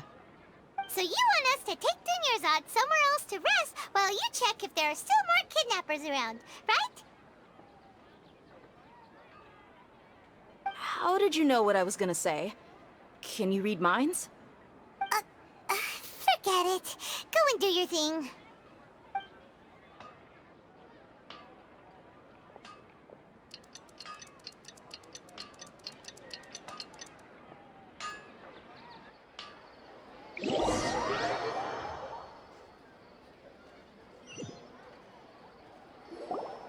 Whew. It's finally nighttime. Aside from Dia not getting injured, everything seems to have stayed the same.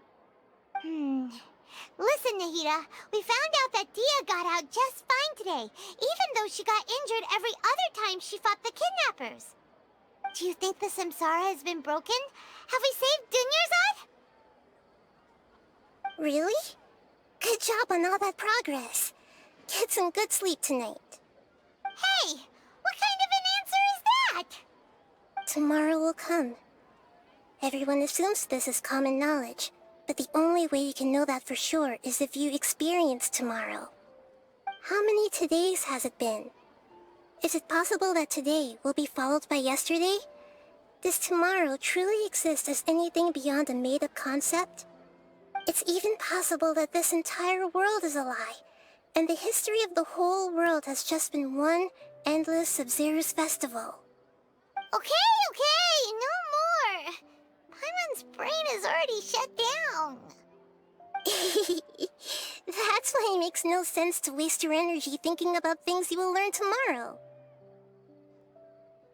Get some good rest. You know, use the bathroom and flush your anxiety dookie away. Huh? Hold on, what did you just say? Did Paimon hear you correctly? Huh? People always say they feel a sense of relief after they take a duk-duk. That's why I suggested you could try that. Is that so strange? It's so strange and so against common sense that Paimon's at a loss for words. You were sounding kind of smart just a minute ago.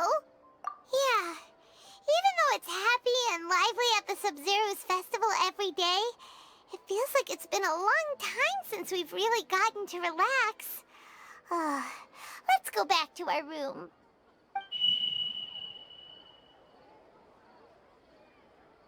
Continue the harvest. Compared to what we stand to achieve, these sacrifices are trivial.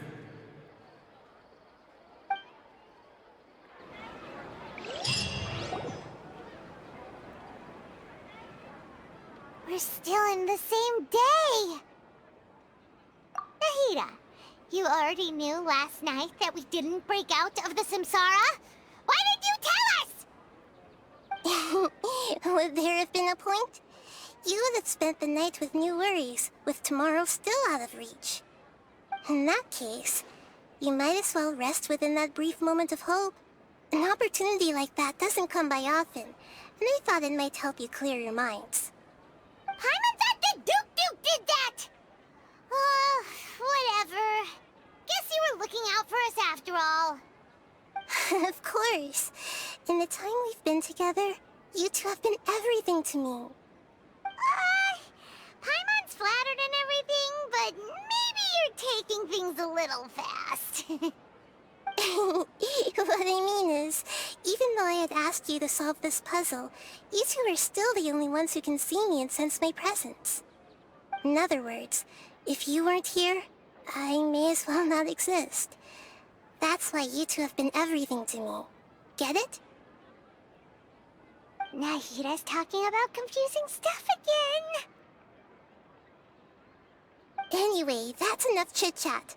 So, Traveler, did the new clues yesterday help you gain a new understanding of the situation? Huh? Why are you scrapping your previous theory? Oh yeah, you're right! Gosh, how did we not notice that? In a simple time loop, people's physical conditions should also reset.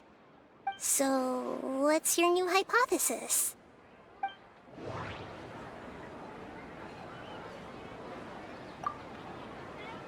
Mercenaries rely heavily on muscle memory, and Dia was able to use her experiences to avoid injury in later samsara cycles.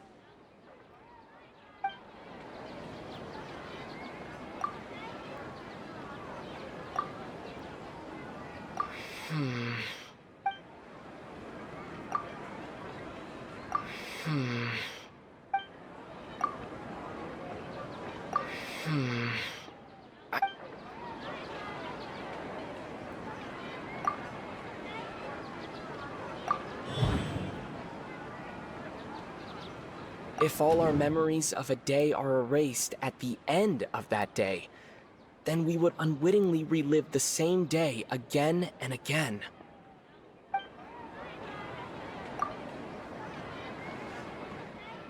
Oh! Then the beep we hear every night could just be indicating the deletion of our memories! That's why when we wake up, everyone thinks the Sub-Zero's festival hasn't happened yet. It's already the next day, but everyone still thinks it's the day before.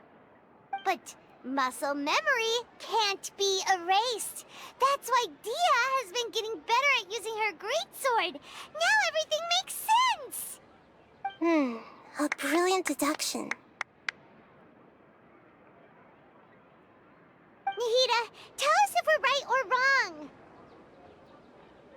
To put it simply, it's as if you've mistaken a pyro crystal fly for a firefly in the night. You lost sight of its true nature because you focused too much on your perception that it glows. That isn't simple at all! Why don't you go talk to Miss Dia again? You might learn something new. Right! She did help us find our latest clue after all. Let's go!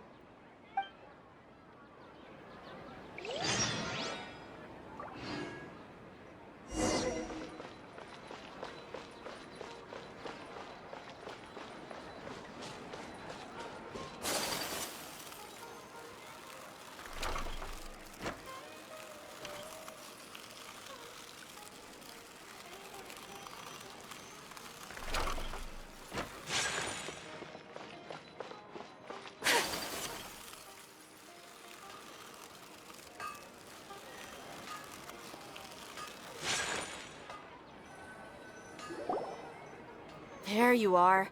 Really took me a while to find you. As expected, Dia also didn't get hurt today.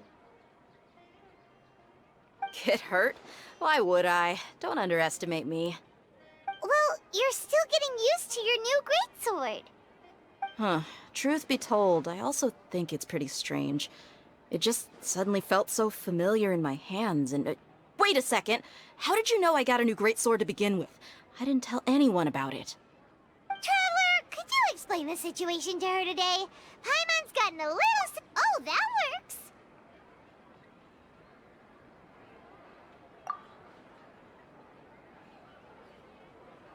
What happened to you guys while I was gone? Did you get brainwashed by some cult?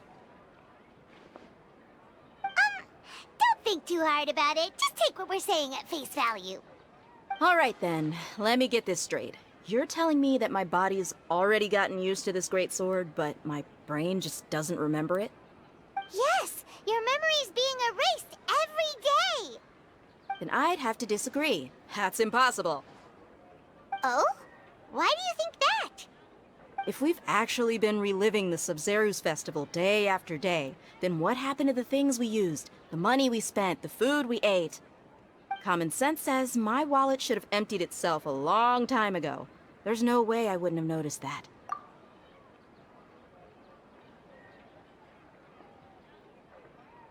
Right! They could use the Akasha to record what everyone did that day, and then use the city's resources to replenish everything! It's not very likely, but it's also not impossible. No, it is impossible. I've got proof. You have proof? Where? You two are surprisingly serious about this nonsensical discussion. Fine, I'll play along for a little longer. Come with me, Miss Dunyarzad. Please come along as well. I still can't guarantee that this area is safe.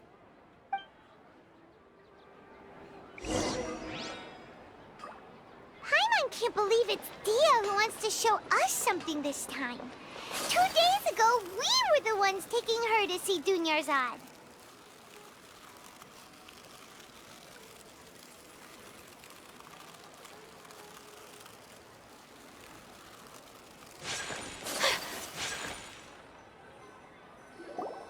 This is it.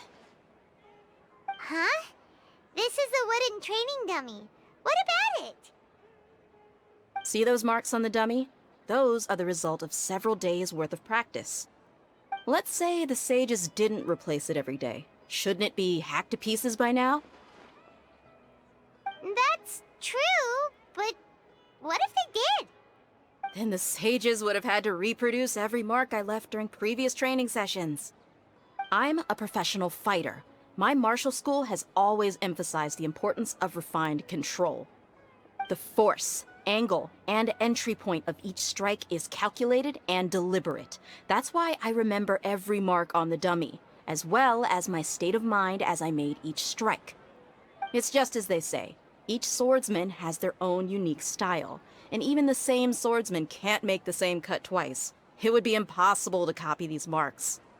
Is it really impossible? What if they used some fancy machine to carve every single mark? People often say that a camera's photo can never replace an artist's painting because the former has no spirit to it. The same thing applies here. At a mere glance, I can differentiate carved marks from the results of combat training.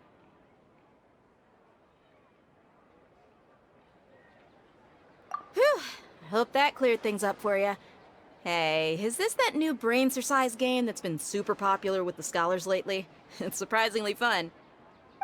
Anyway, it's getting late. I should escort Miss Dunyarzad to Nilu's stage. See you later. Well, back to square one. Is our memory deletion theory also wrong? But at least we've reached some other conclusions in the meantime. Yep, that's true. So, can we think of any new ideas right now? Strange?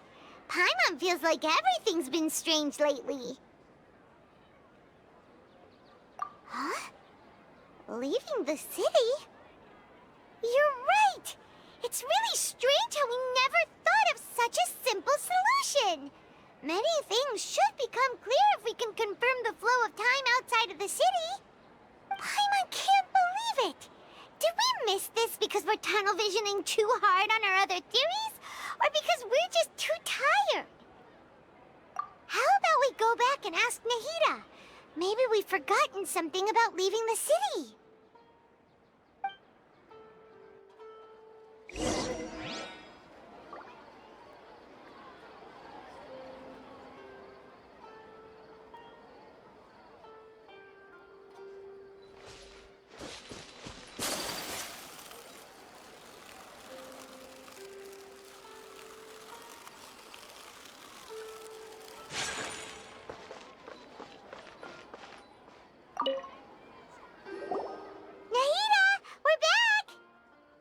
Early today.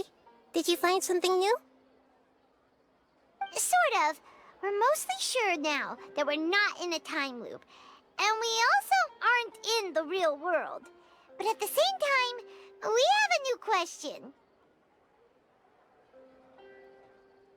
Leaving the city. As far as I remember, you've mentioned your plans to do that twice before. We did? We don't remember anything. What happened after we talked about those plans? What did we say when we got back? Let me think. I don't think you ever actually told me what the outcome was. Oh, it's probably more accurate to say that both times you never came back the whole night. But you two sometimes stay out the entire night anyway, so at the time, I didn't think too much about it. It is true that sometimes we lose track of time during our investigations. Before we know it, it'll already be the next day. But still, neither of us remember anything about leaving town. Really? That's kinda strange. In theory, I should have already awakened all your memories. Yep, something here's definitely fishy. Let's get to the bottom of this tomorrow.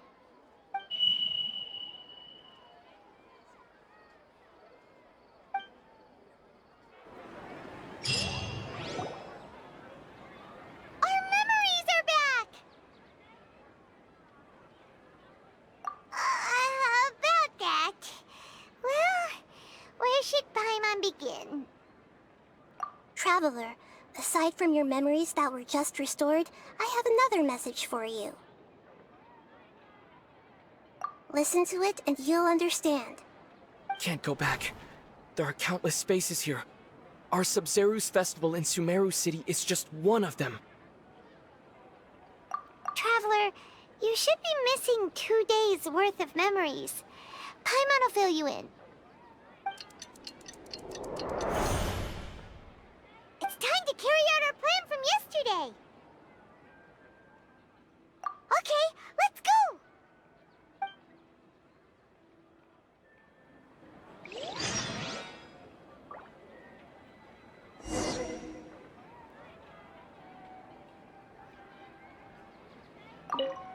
We don't have many more festivals to waste. Hurry and find the truth.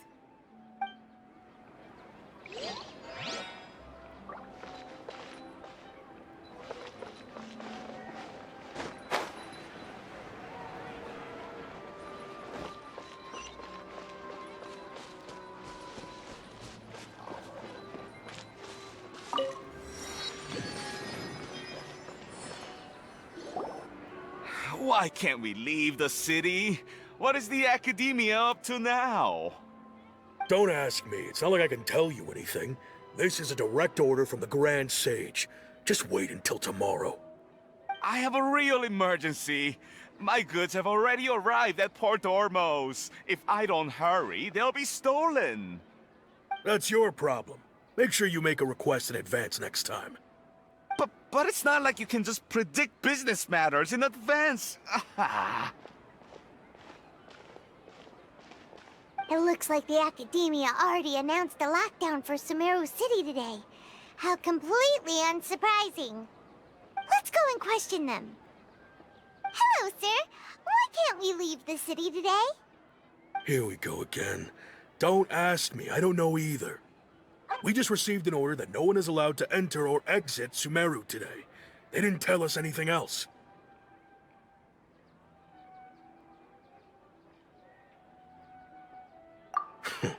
Angering me won't get you anywhere. If I had that kind of insider info, I would have left this stupid post long ago.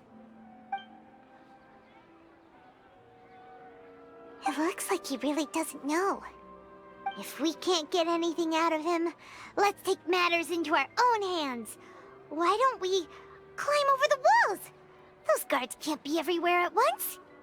This is a good spot, and the guard hasn't noticed us at all. Let's hurry! Huh? Why? Are you going to leave Paimon behind? But what if things get really weird out there and you get into some trouble? Then Paimon won't be able to help you.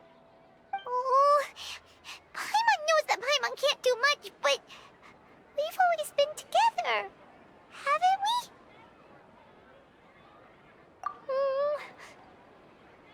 Okay. Paimon will wait for you. Promise Paimon that you'll come back as soon as possible. Just a quick look. And please, be careful.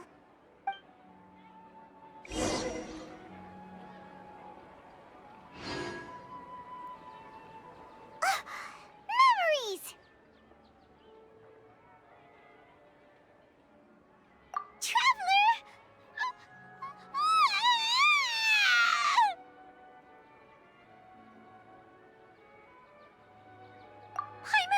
Paimon would never see you again!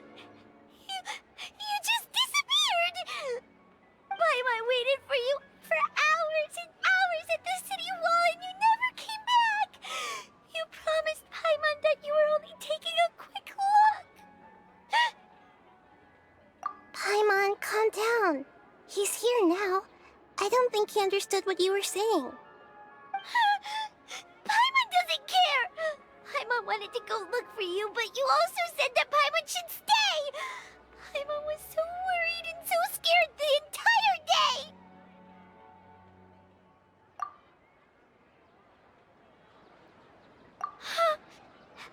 Okay. Paimon will forgive you. The most important thing is that you didn't actually disappear. Oh, Paimon was so scared that you had gone into another world! Okay. Paimon, can you tell us your perspective of what really happened yesterday? I see.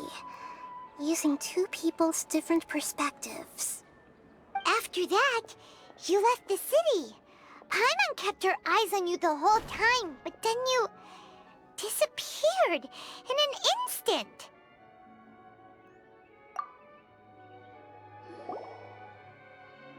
No way! Paimon was watching you with the fullest attention. What's your perspective, Traveler? You sure you don't have any memory of this? I guess that explains everything. You also lost your memories the last 2 times you tried to leave the city. Those days' memories can't be awoken. So, if we leave the city, our memories will be completely erased? It really sounds like something big outside of the city is being hidden on purpose. But this way, we'll also never discover what's outside. Something like a message? But how can we send it back? Don't look at me like that. I'm not used to being stared at. Well... Okay. You want something that can pass on messages, right? Give me some time and take care of Dunyarzad for me. Yep, now we're talking.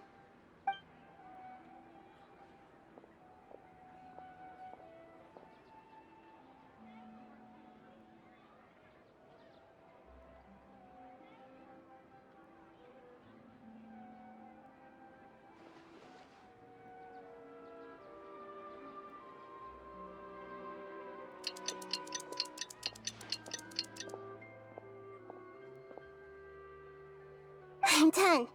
Here you go. What? Isn't this just an Akasha terminal? I made some little changes.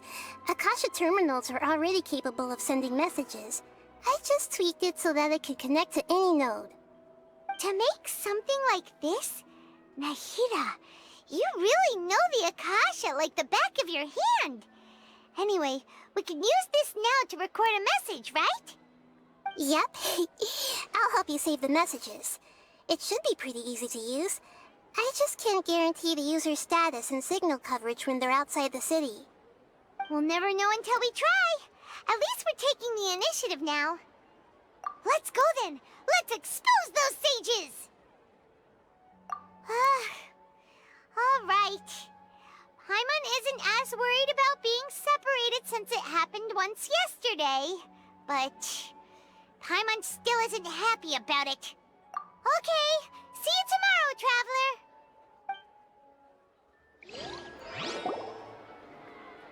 That covers everything that's happened so far.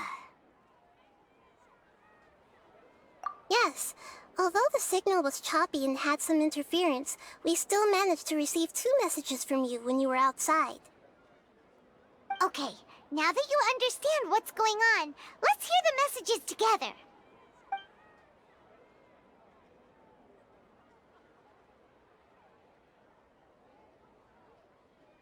Can't go back. There are countless spaces here. Our Sub-Zeru's festival in Sumeru City is just one of them. I've entered another space. Before me are flowing sandstone and howling fish. Impossible and surreal sights. All these spaces are empty except for the occasional ones that contain mute puppets rather than people. I can't sense any human presence.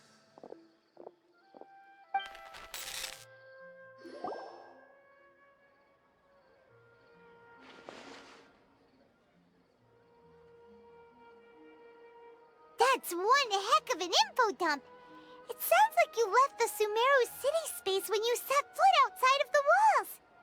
But everything looked completely normal when Paimon was looking out from the inside. That's unbelievable. And if we take your word for it, the other spaces all had very weird contents. There's another part here. I only received it last night. These spaces have been disappearing one after the other, absorbed by something like a sun in the sky. And now, even the final space has also disappeared. Behind me, a lot of spaces just appeared again from thin air. I get it now! Those spaces are actually...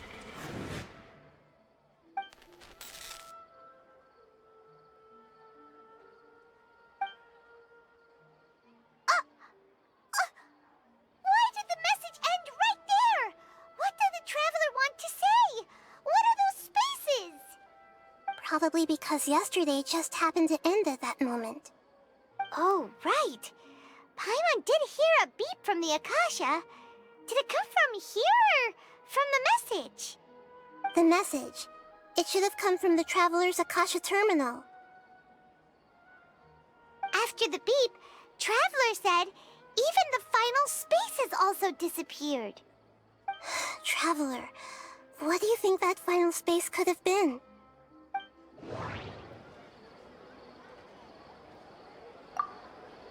All the bizarre spaces I saw outside the city had one thing in common: a lack of human presence.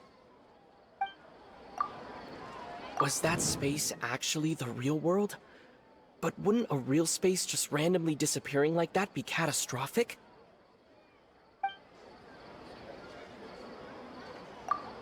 My impression is that each day in this samsara only ends... That doesn't sound right. That doesn't sound right.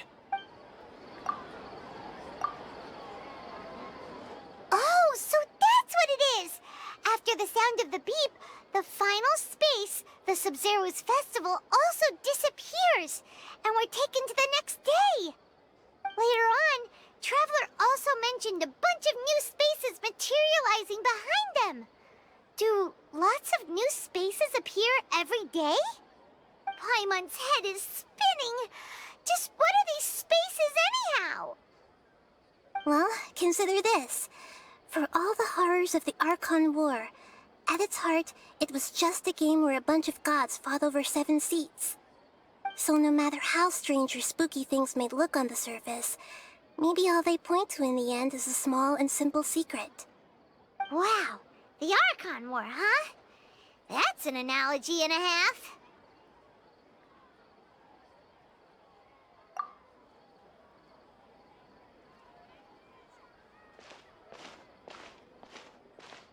Hey! Where are you going?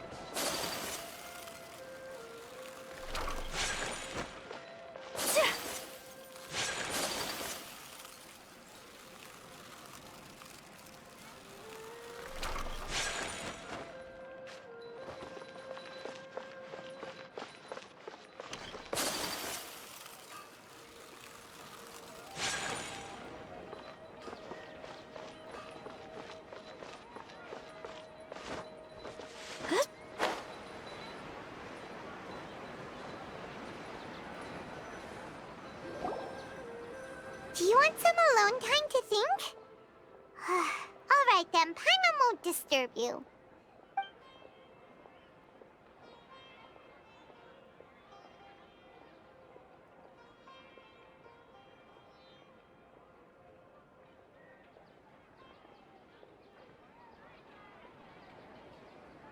The dance of Sub-Zeros is about to begin. I'm going to go watch it.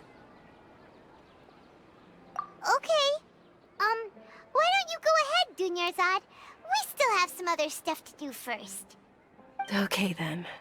See you later. Have you figured it out yet, Traveler? Time is ticking away. Awesome! What is it? Paimon wants to know. Oh, wait, no. Let's meet up with Nahida first. You can tell us both together. This time, we're gonna get to the truth.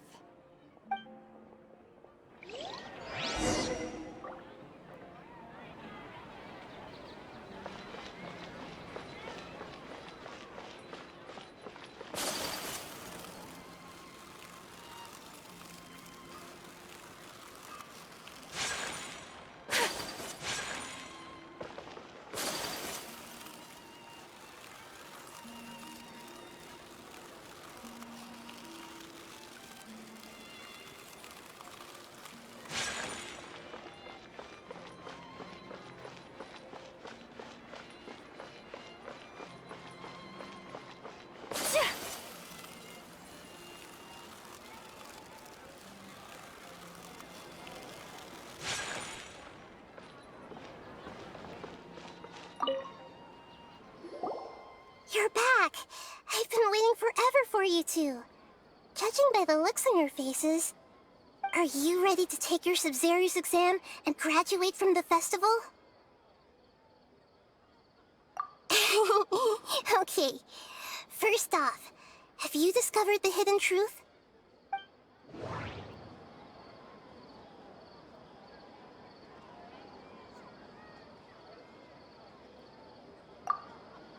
We've already experienced the Sub-Zero's festival many times, and the day of the festival seems to be in a perpetual samsara.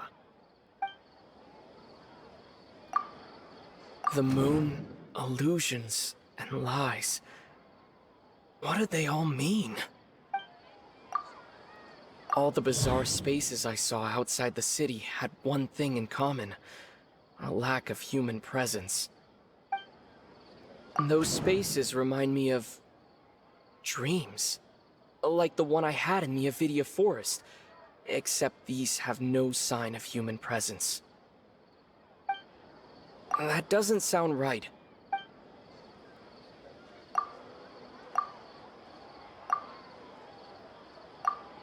That doesn't sound right. That doesn't sound right. People in Sumeru don't...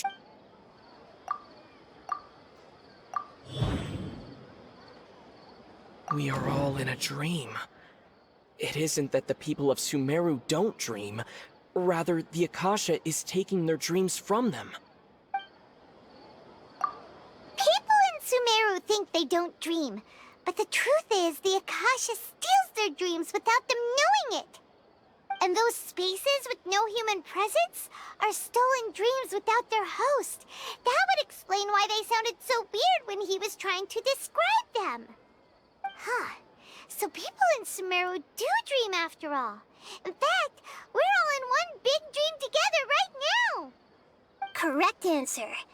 Now, how did you conclude that the Akasha is capable of this?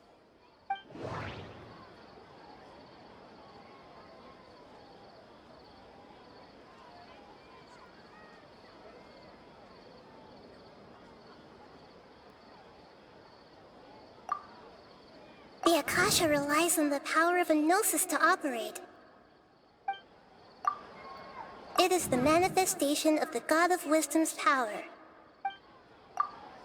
It compiles the wisdom of the entire populace. And it grants knowledge...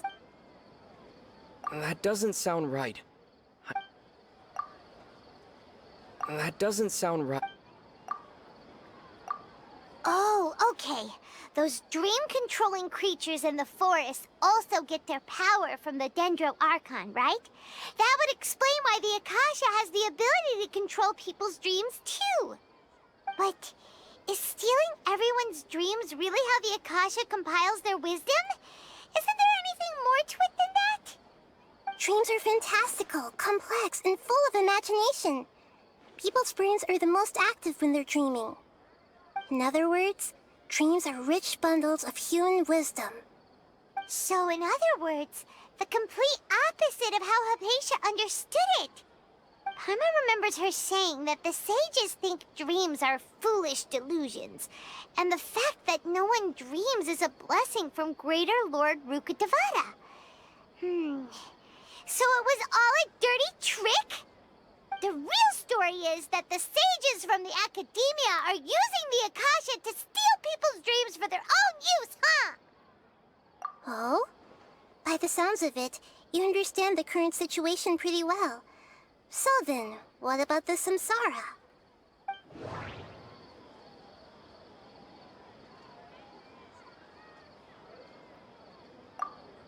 The Grand Sage said, "Go celebrate the birth of..." That doesn't sound right.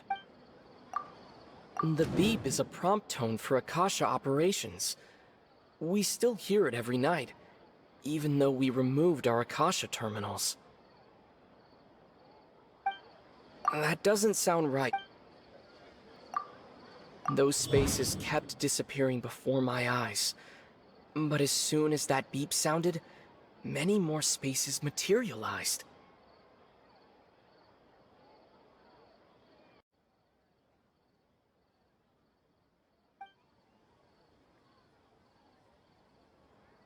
Those dreamscapes kept vanishing, but as soon as that beep sounded, more new...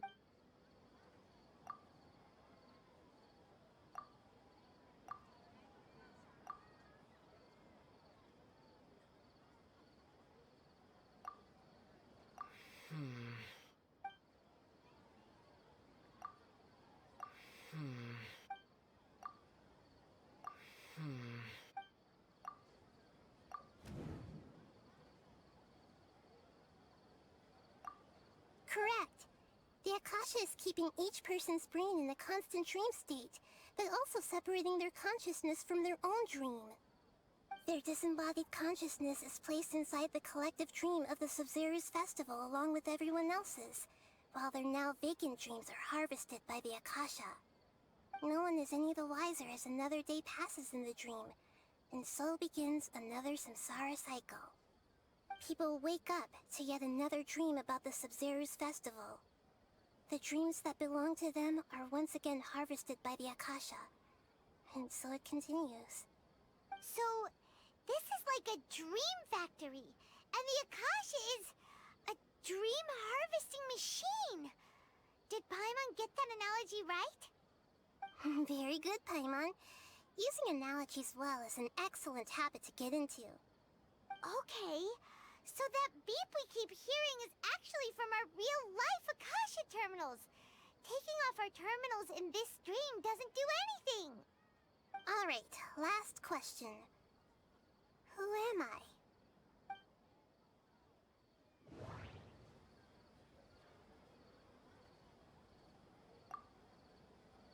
Now that I think about it, wasn't illusions a hint that we're all dreaming?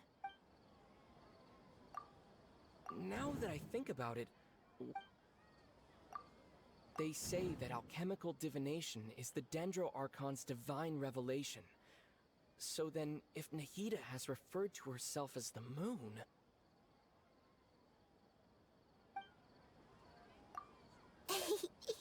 So you noticed.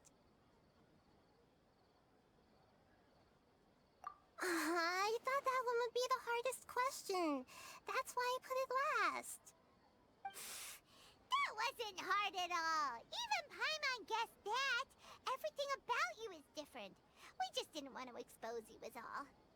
Now that you mention it, Nahida, you've been hinting to us since the very beginning. It's funny. Thinking back to when we were asking all over the place for info about Lesser Lord Kusanali. Paimon didn't expect to meet you like this.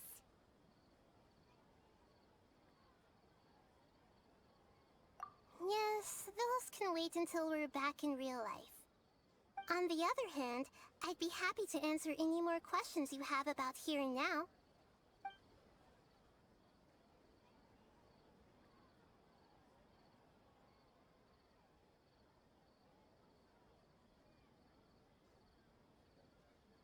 You asked me this question before. My answer was, it would literally blow your minds. Now that you know this is all a dream, this answer should hopefully make more sense. Have you heard the saying, don't wake a sleepwalker? Likewise, if someone suddenly had told you all this instead of you learning it on your own, your notion of reality and dream would be thrown into irreversible confusion. I couldn't expose you to that kind of risk. That's why I could only give you very subtle hints and some suggestions. Long story short, I'm really sorry I had to keep you guessing. Firstly, this dream we're in is completely based on reality.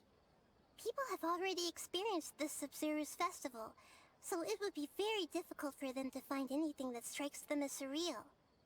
Secondly, you're probably wondering why people don't have any memories from earlier samsara, right? That's because people don't remember their dreams most of the time anyway. And in any case, their actual dreams are being taken away from them by the Akasha. So whenever they wake up in this dream of the Sumeru's festival, they don't remember anything from their previous identical dream. That reminds Paimon. Traveler had a dream when we were in the Avidia Forest, but couldn't see what it was about after waking up. Is that an example of what you mean? Yes. Only after receiving the blessing of Dendro can a person gain the Dendro element's dream-enhancing power. That explains the feelings of déjà vu. Meanwhile, everyone else has no idea that they are in the Sumeru's festival samsara, while their dreams are stolen from them over and over again. Can humans really keep dreaming forever like this? Will it ever end? And if so, when? You might say your mental fatigue has already answered this question. Eventually, there's only so much that people can tolerate. Especially those whose health is compromised to begin with, like Dunyarzad. This relentless exploitation takes an even harder toll on them. People's lives are at stake here, and nobody knows a thing! We've got to put a stop to this!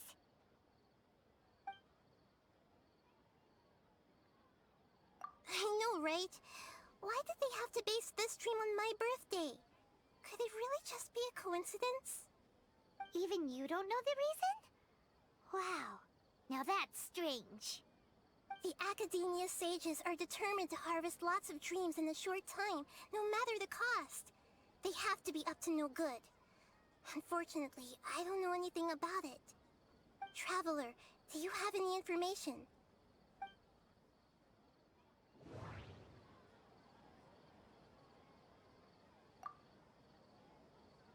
Okay, Nahida said the Akasha relies on the power of a gnosis to operate, as it is the manifestation of the God of Wisdom's power.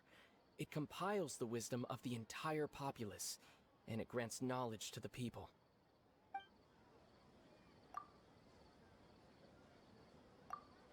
That doesn't sound right. Those spaces remind me of dreams. Like the one I had in the Avidia Forest, except these have no sign of human presence. That doesn't sound right. The Grand Sage said, "Go celebrate the birth of that god to your heart's content." Did he mean something more? Celebrate the birth of that god? Could it mean...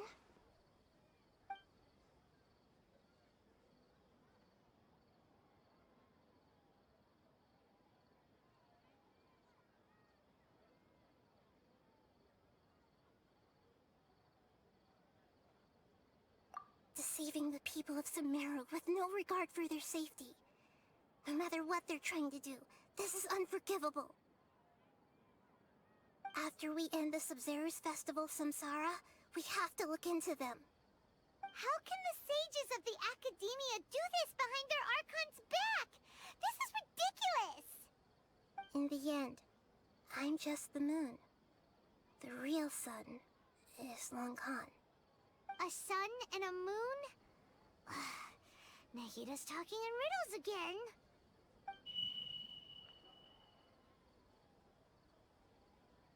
Oh, we're out of time today! I'll tell you how to break free of the Samsara tomorrow. See you then.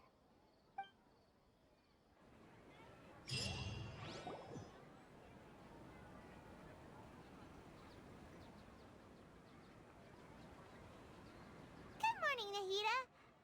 Wait. Now that Paimon remembers everything, should we instead say good morning, Lesser Lord Kusanali? Hey! What's wrong, Nahida? You don't look too good. I'm afraid that what you're thinking right now is correct. Did Dunyarzad already disappear? No way! Are we too late? The real Dunyarzad's consciousness has indeed disappeared. It can no longer endure the constant dream harvesting. Paimon can't believe it. Wait, so what about that other Dunyarzad? Just what is she? Is she also going to disappear? She's actually something like a puppet, but not completely. The real Dunyarzad's consciousness could no longer keep playing her role in this dream. So another Dunyarzad appeared to replace her in the dream. Just like the grass and the trees, that Dunyarzad is just a building block of the dream that helps to keep it going. But personality-wise, she's nothing like the real Dunyarzad. Puppets are stiff, and can't copy a living person's vitality.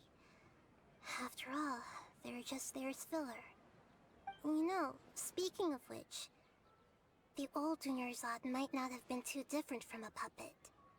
Dunyarzad truly believed that she met you within her consciousness, and it was you who inspired her.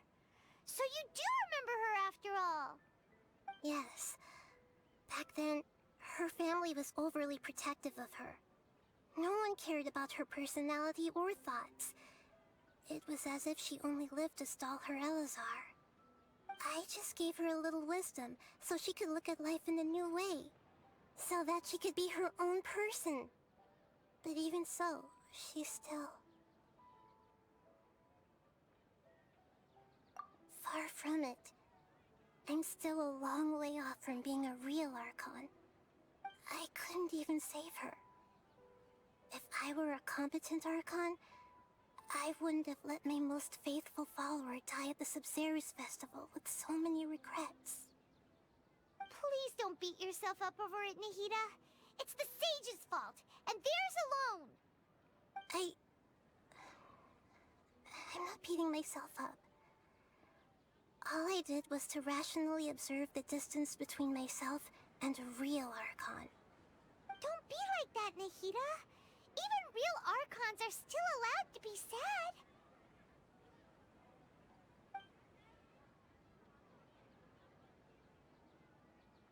To prevent more tragedies like this, we must end the samsara as soon as possible. Great, but how do we do that? Although the Sub-Zero's festival dream is under the Akasha's control, only humans can dream. Even the Akasha is unable to create them. That means this dream belongs to a host who created it.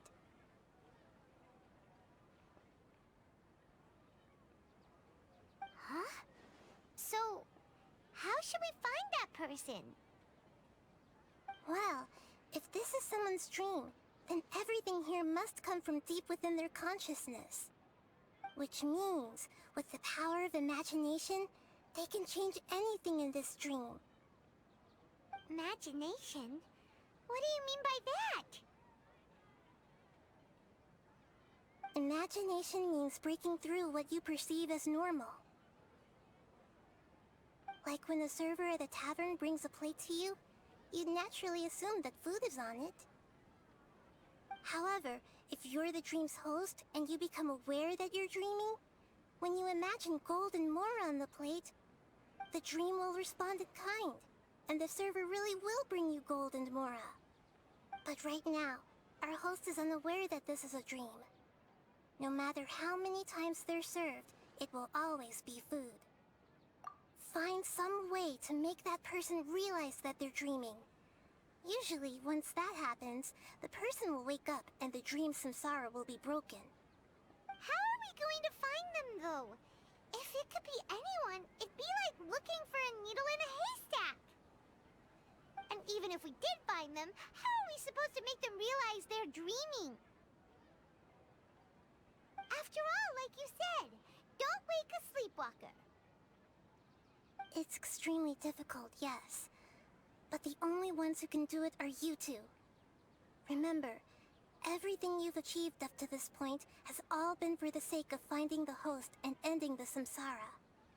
As for me, during this time, I'll be out of town. Out of town? Are you going to that place full of dreams where the Traveler went? Yes. I want to try something. There must still be a small wisp of possibility. Hurry and go. Dreams are supposed to be fantastical, romantic, and full of pleasant surprises. Unnecessary things like this samsara need to end. Paimon's still a little upset that we've come this far only for Dunyarzad to...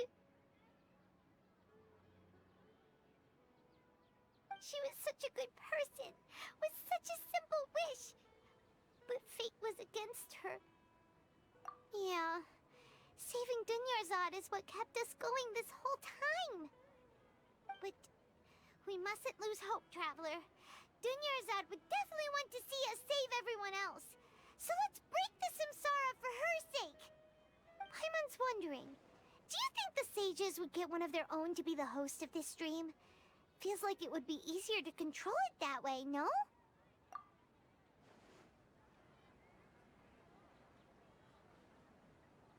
Huh. That's true. Plus, the sages probably weren't counting on there being other factors beyond their control, like Nahida and us. So, who do you think the host of the dream is?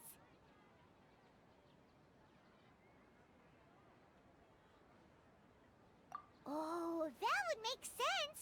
Ferris, the Knight of Flowers, is a symbol of the whole Sub-Zero's festival, right? Pretty core character.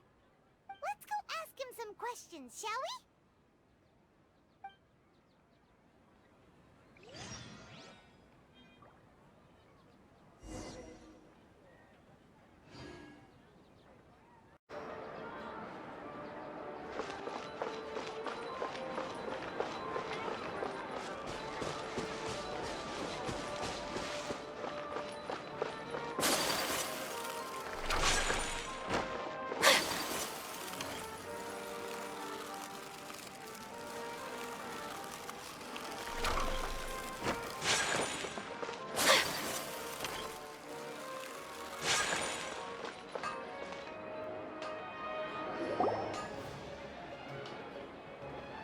You're back.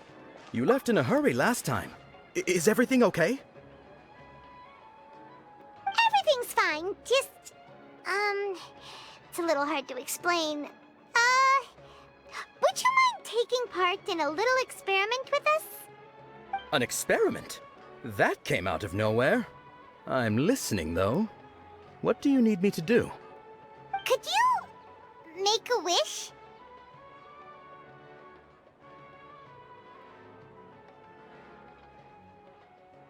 You want me to make a wish? Is that a new Sub-Zero's festival tradition or something? Less questions, more wishing! Okay. My wish. Okay. I'm a little nervous saying this out loud, but I want Miss Dunyarzad to be happy. Oh. I noticed earlier that she looked a bit down, and she wasn't really talking to anyone. She just doesn't seem like herself. She's always so gentle and kind, and all the kids love her. I've also wondered if the reason she asked me to be Fairest Knight of Flowers is because I'm special to her, or something. So, you have a crush on Dunyarzad? Oh, is it that obvious? After what I just said, I guess it is. When she placed the hat of the Knight of Flowers onto my head, she said to me, I want everyone to have a happy Sub-Zero's festival. What she didn't realize was that I'm not that interested in how everyone else feels.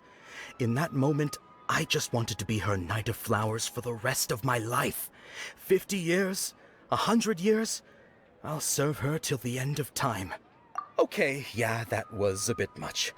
Felt like the right moment to get it off my chest, but that was pretty embarrassing.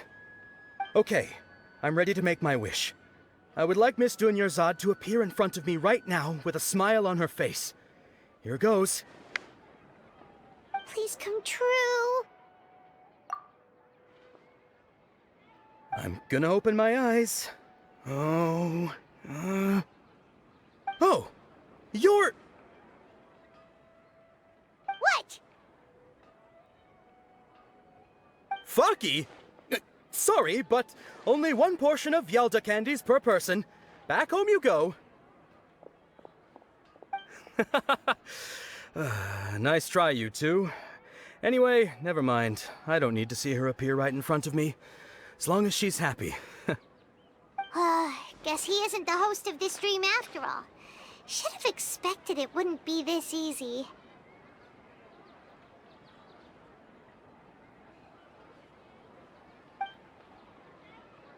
It seems like everyone who knows Dunyarzad loves her, but none of them has any idea that she...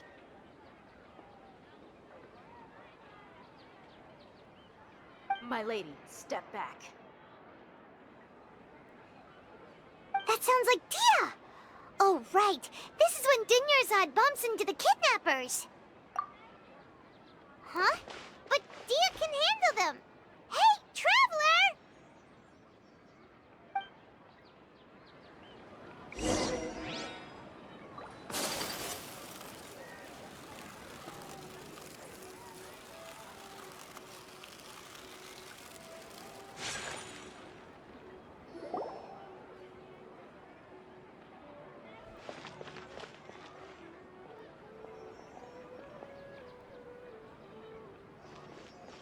Oh, it's you. Great timing. Please take... Hey, this is my job. The Homiyanis pay me, not you. You... fine, alright. Knock yourself out. Why are you so worked up anyway? It's not like I don't trust your fighting skills. Anyway, watch yourself.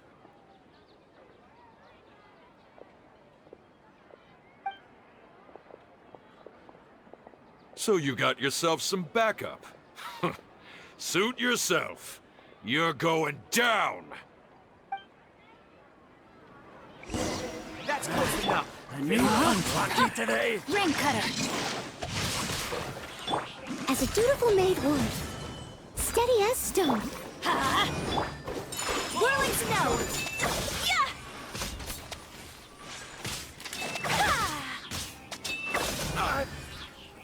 Following orders. Yeah! My apologies.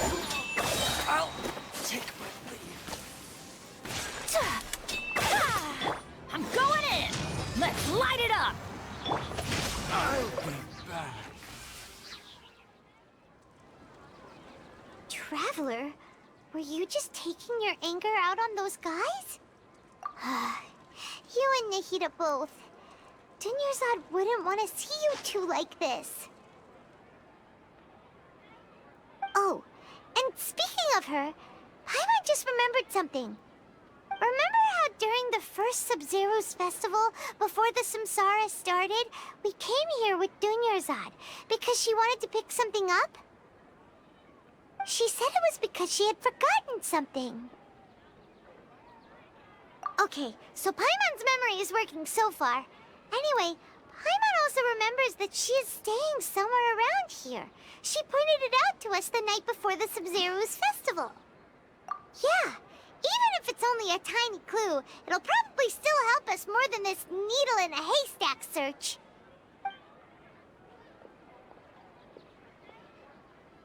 This is the place! It's rude to enter other people's spaces without permission, but desperate times call for desperate measures!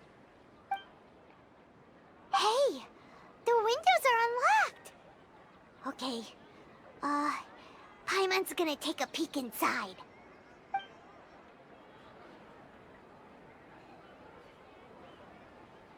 This was only a temporary residence, so there was pretty much nothing inside except this book on the table. Should we open it?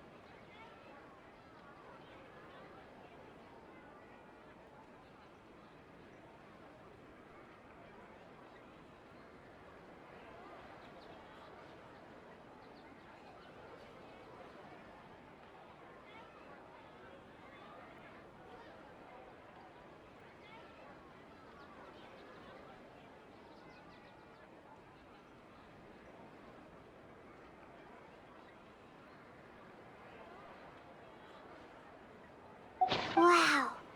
Dunyarzad wrote all of this. Sounds like she was always thinking of us even while we were away. Even though she was also busy preparing for the Sub-Zero's festival and had all her health problems to worry about. She must have wanted to give this to us as a gift on the day of the Sub-Zero's festival, right? If we hadn't found this book, we never would have known. But now that we know, we can't even thank her. Hey! Where are you off to now?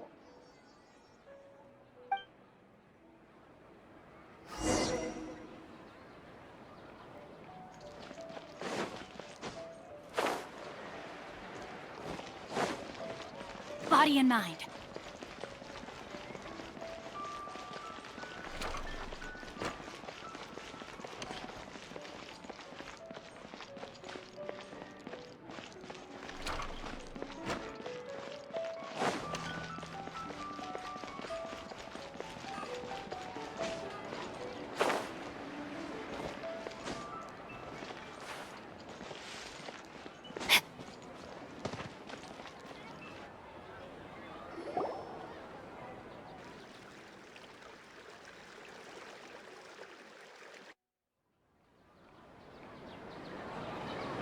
It's Dunyarzad's puppet.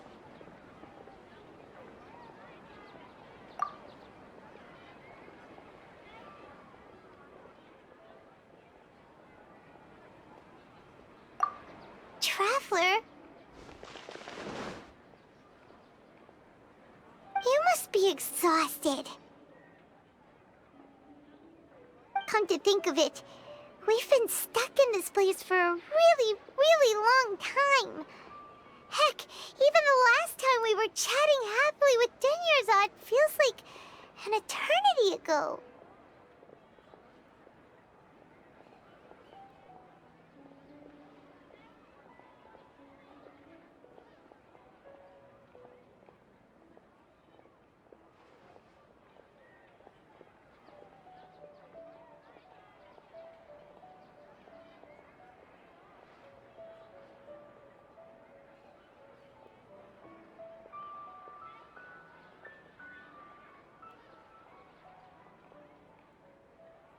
Paimon still remembers when we were sitting here, and the way her eyes sparkled when she talked about Milu's Dance of Sub-Zerus.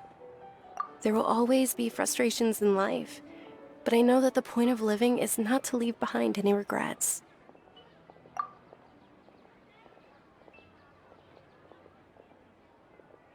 That was what the real Dunyarzad said, wasn't it? Does that mean... Yes, Traveler. What is it? Oh, so she's still just a puppet. But just now, how come... What? Where are we going this time?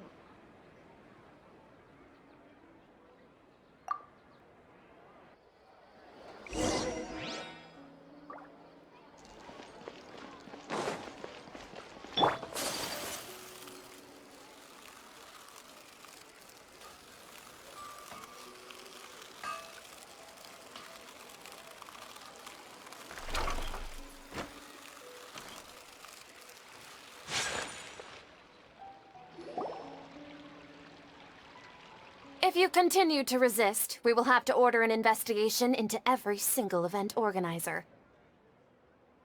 The Grand Sage has already granted you much leniency.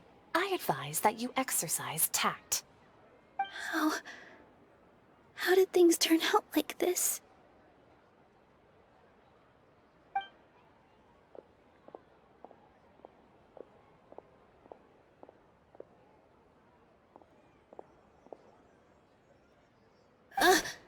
Traveler?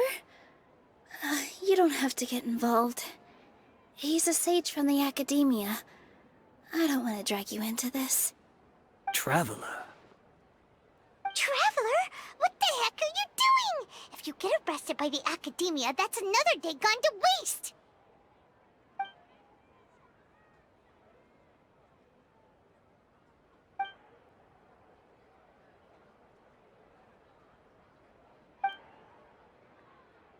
Wait, they're not reacting.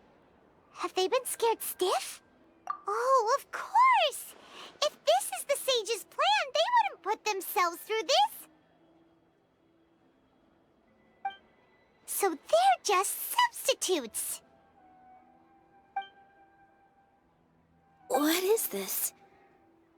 What happened to the Grand Sage and his entourage?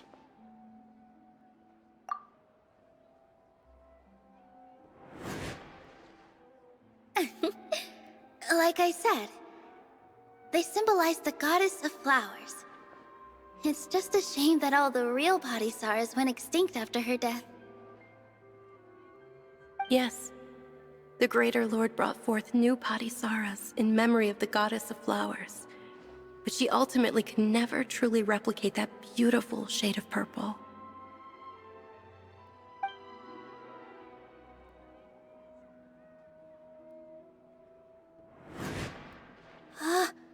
That beautiful shade of purple. Aren't these flowers real Padisarahs? Just like the ones from the legend? I didn't even notice. Dunyarzad, did you find these? But didn't you just say all the real flowers went extinct after the goddess of flowers passed away? So, how? Yeah. What's going on here? Huh? You guys are acting weird. But okay, I'll try.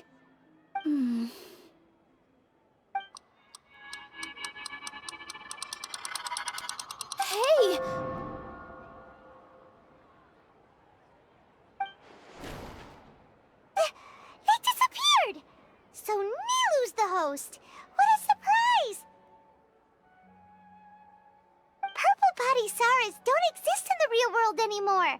But in Nilu's subconscious, they can appear as decorations on the stage. It's just like the example Nahida told us.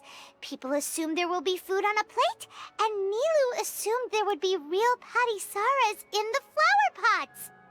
So when you saw the flowers, you instantly knew it was Nilu? But if we want to end the samsara, we need the host to become aware that they're dreaming. How should we make Nilu realize that? Am I dreaming? Huh? So I'm right. Is this Lesser Lord Kusanali responding to our celebration of the Sub-Zeru's festival?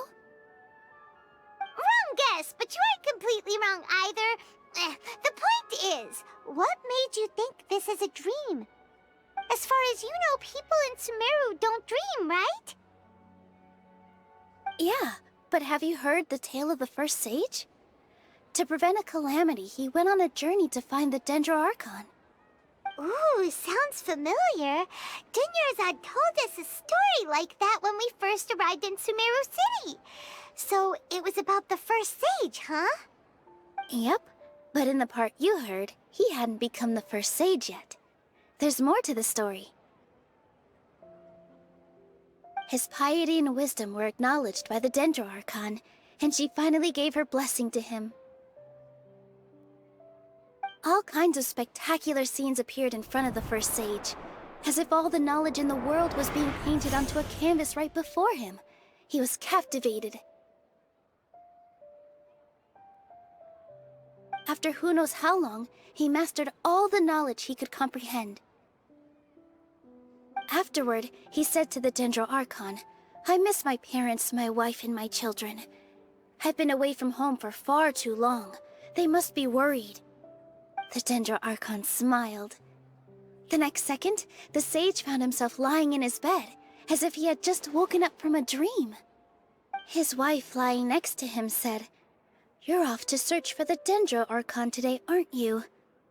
Have a safe journey, my love." In the end, the first sage took care of many disasters in Sumeru City, and founded the Academia. What a happy ending. So, the first sage was dreaming ever since the beginning of the story? He never went on his journey? Yes, but his faith and determination were conveyed to the Dendro Archon, so she blessed him in the form of a dream. Paimon understands where you're coming from now. That's a really interesting connection. But we really gotta wake up soon, like the sage in the story! I see. Well, it just so happens that today's Sub-Zeru's festival is almost over too.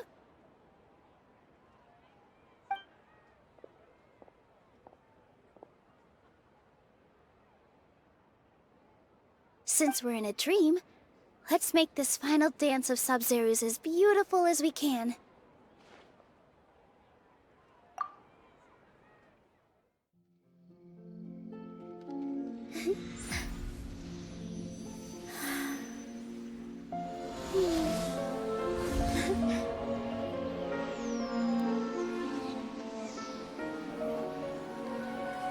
The wait is over, everyone.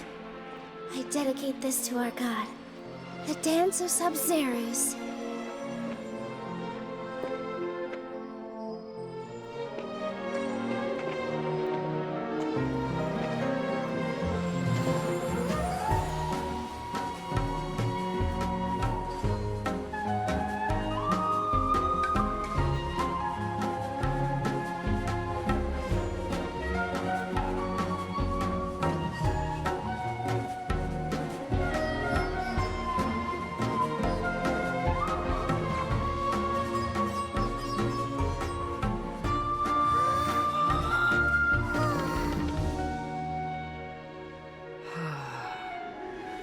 I'd be lying if I said I had no regrets. I would have loved to see Nilu's dance.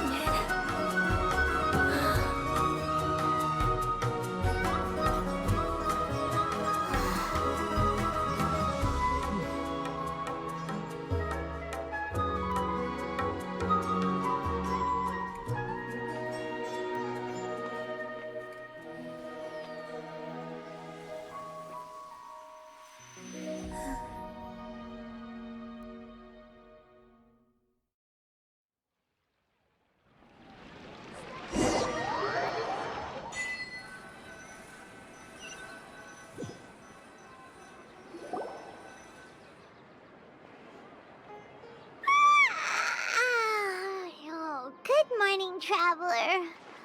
Oh, Paimon feels like she's been asleep for the longest time. Paimon's head feels super heavy. Did we oversleep? Do you even remember going to sleep last night? Paimon thinks it was after the Sub-Zero's festival. The Sub-Zero's festival! Have we finally escaped from the Sub-Zero Samsara? Quick! Take off your Akasha terminal!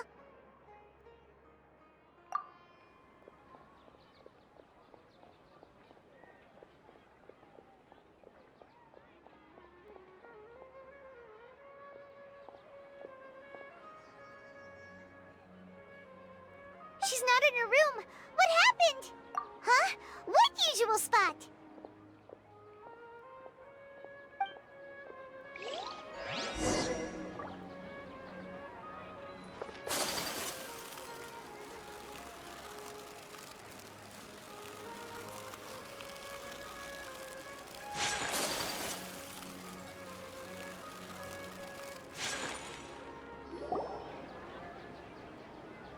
Well done, Traveler and Paimon. And thank you, Dunyarzad, for organizing the Sub-Zero's festival for me. I'm sorry, who are... Dunyarzad! You're okay! Oh, don't scare us like that! Oh, Traveler Paimon. I have something amazing to tell you. I just had a dream, and I saw Nilou performing the dance of Sub-Zeros.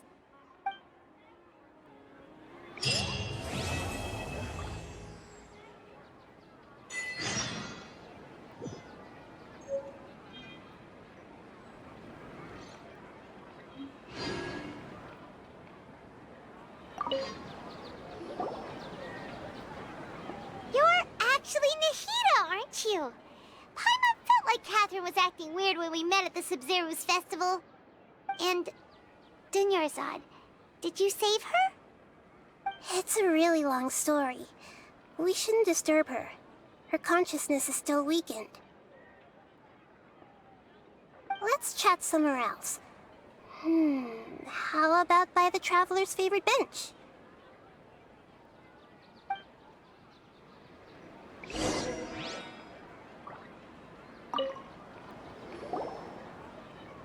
What's going on? Why are you two so excited to see me? Hasn't it only been a night? It's actually been much longer than that. Oh? Strange. Was I really asleep that long? No wonder I have such a headache.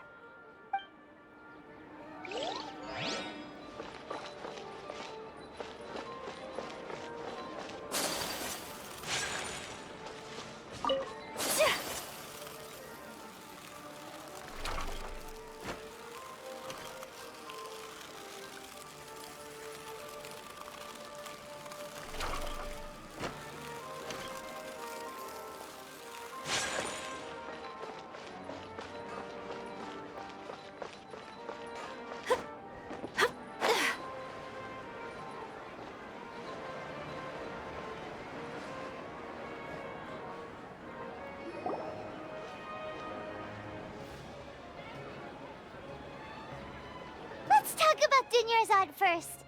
It's such a relief that she's alright. After we parted on the last day of the Sub-Zero's festival, I left the city and saw what the Traveler had described. Among the countless dreams, I found one that was growing fainter and fainter. This proved my suspicion. Once Dunyarzad could no longer bear the Akasha harvesting her dreams, her consciousness began to dissipate. But this also meant it escaped the Akasha's control. Such a small fragment of consciousness can't last for very long, though. It will return to its original dream, where both will gradually fade until they completely disappear.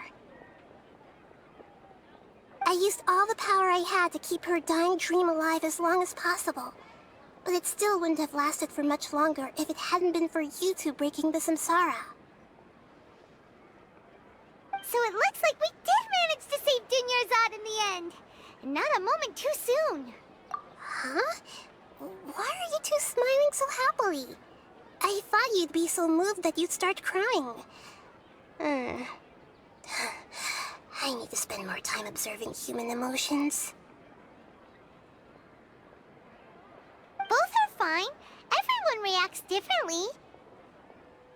All right. You two must have a lot of other questions for me, right? After all, you saved my faithful believer. As your reward, I will answer any and all questions. At the Avidia Forest, there was this incense that made the traveler fall unconscious and dream of a huge tree and a red sky. You also heard someone's voice, right? It said world and forget me. Yeah, so you do know! We've been wanting to ask you what that was about, and if the red sky was related to Conria. It seems like the traveler established a connection to Irminsul. That was a message left by Greater Lord Rukkhadevata's residual consciousness in Irminsul. Perhaps her last memory before she died. As you two probably know, Greater Lord Rukkhadevata disappeared after the disaster in Conria.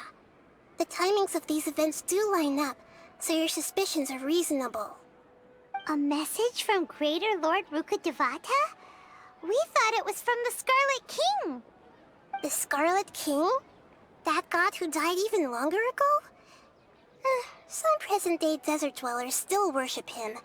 You probably just heard some of their conspiracies. Okay, so what does the message mean?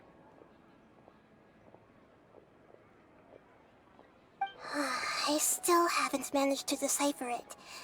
Even the Akasha isn't currently capable of doing that. Greater Lord Rukkhadevata's residual consciousness in Irminsul seems to be contaminated with something that has a very dangerous aura to it. Many devoted scholars go mad as soon as they connect their consciousness.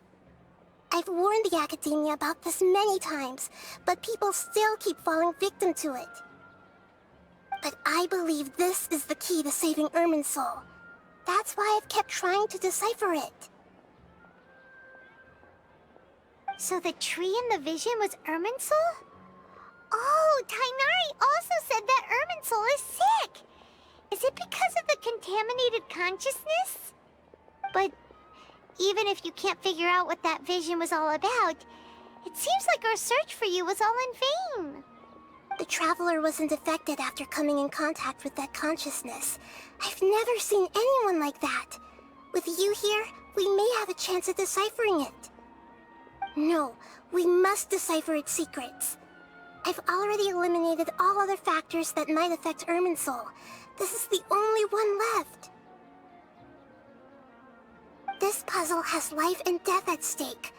It could determine Irminsul's fate, as well as Tevat's. To be accurate, I'm using the Akasha as a medium to occupy Katheryne's consciousness. How did you do that? Poor Katheryne. Does this mean you can also occupy other people's consciousnesses? Theoretically, I can enter anyone's mind as long as they're wearing their Akasha terminal. The Akasha is the legacy of Greater Lord Rukkhadevata. As Lesser Lord Kusanali and the first Akasha terminal, my consciousness has always been linked to the Akasha. I've always respected my people's free will, so I've never actually occupied their consciousness. When necessary, I just borrow this bionic Snezhnayan puppet. Hold on. Did we just learn some deep, dark secret? So Katheryne is... No wonder Paimon felt something was off about her. What about your own body? Why do you need to borrow other people's? Don't you live in the sanctuary of Surasthana? That story begins a long time ago. After Greater Lord Rukkhadevata disappeared, the sages found my newly born self and took me back to Sumeru. At that time, I was young and weak. The sages kept me in the sanctuary of Suristhana, ostensibly for the sake of protecting me. But I've hardly heard from them since. However, I do understand that they had hoped to find Greater Lord Rukkhadevata instead of me, a symbol of her passing. So, the sages basically put their new Archon under house arrest? How dare they! Why don't you teach them a lesson, Nahida? In some ways, they aren't wrong. Greater Lord Rukkhadevata was omniscient and omnipotent. Even after her death, the Akasha is still empowering this nation. And I'm still really far away from being able to call myself the God of Wisdom. Moreover, the Academia is also more proficient at governing this country. My existence has little meaning. Yeah, you got a lot of believers. Just look at the Sub-Zero's festival. Everyone who showed up truly loves you. Thank you for the kind words. But I honestly don't need physical freedom as long as I can connect my consciousness to the Akasha. Trying to find a way to save Irminsul is my life's mission and top priority. I will work on that, and try to live up to being a deity in the meantime. Every once in a while, I will also take up the duties of the God of Wisdom and enlighten a lost soul here and there. Doing all that should be enough. There's never been any big problems with the Academia's governance of Sumeru. This is the first time I've seen them step out of line. I wonder what caused them to go down this path, and what they hope to achieve. Even though the city's residents haven't noticed anything strange, if the Traveler hadn't broken the Sub-Zero's samsara, the situation could have become dire. I tried to do some investigating in the Akasha, but I couldn't find anything suspicious, and all the people of interest seem to purposely avoid wearing their Akasha terminals. I think they're deliberately trying to hide something. Oh, that reminds Paimon. In Gandharvaville, there was a sage who had invited Katheryne to join some kind of project. Could it be related? Regardless, I need to first investigate the sage's motives, make things right, and punish them if needed. But I'll have to be discreet, or they'll see me coming. You mean how the Akasha stops you from having dreams? Yeah, it's been such a long time. No one's noticed something's up? It's not that no one noticed. It's more like no one cared. Ultimately, it's all rooted in the sage's misdirection. Misdirection? The sages convinced everyone to believe that being unable to dream is a sign of rationality and wisdom. Not dreaming is a badge of honor in Sumeru. Even if the truth is that their dreams are being reaped by the Akasha. With their propaganda in place, the sages can maximize their use of the Akasha to facilitate their research. Besides, Greater Lord Rukkhadevata must have created the Akasha in the hopes that it could be used to its full potential. That's why I've never come out strongly against this.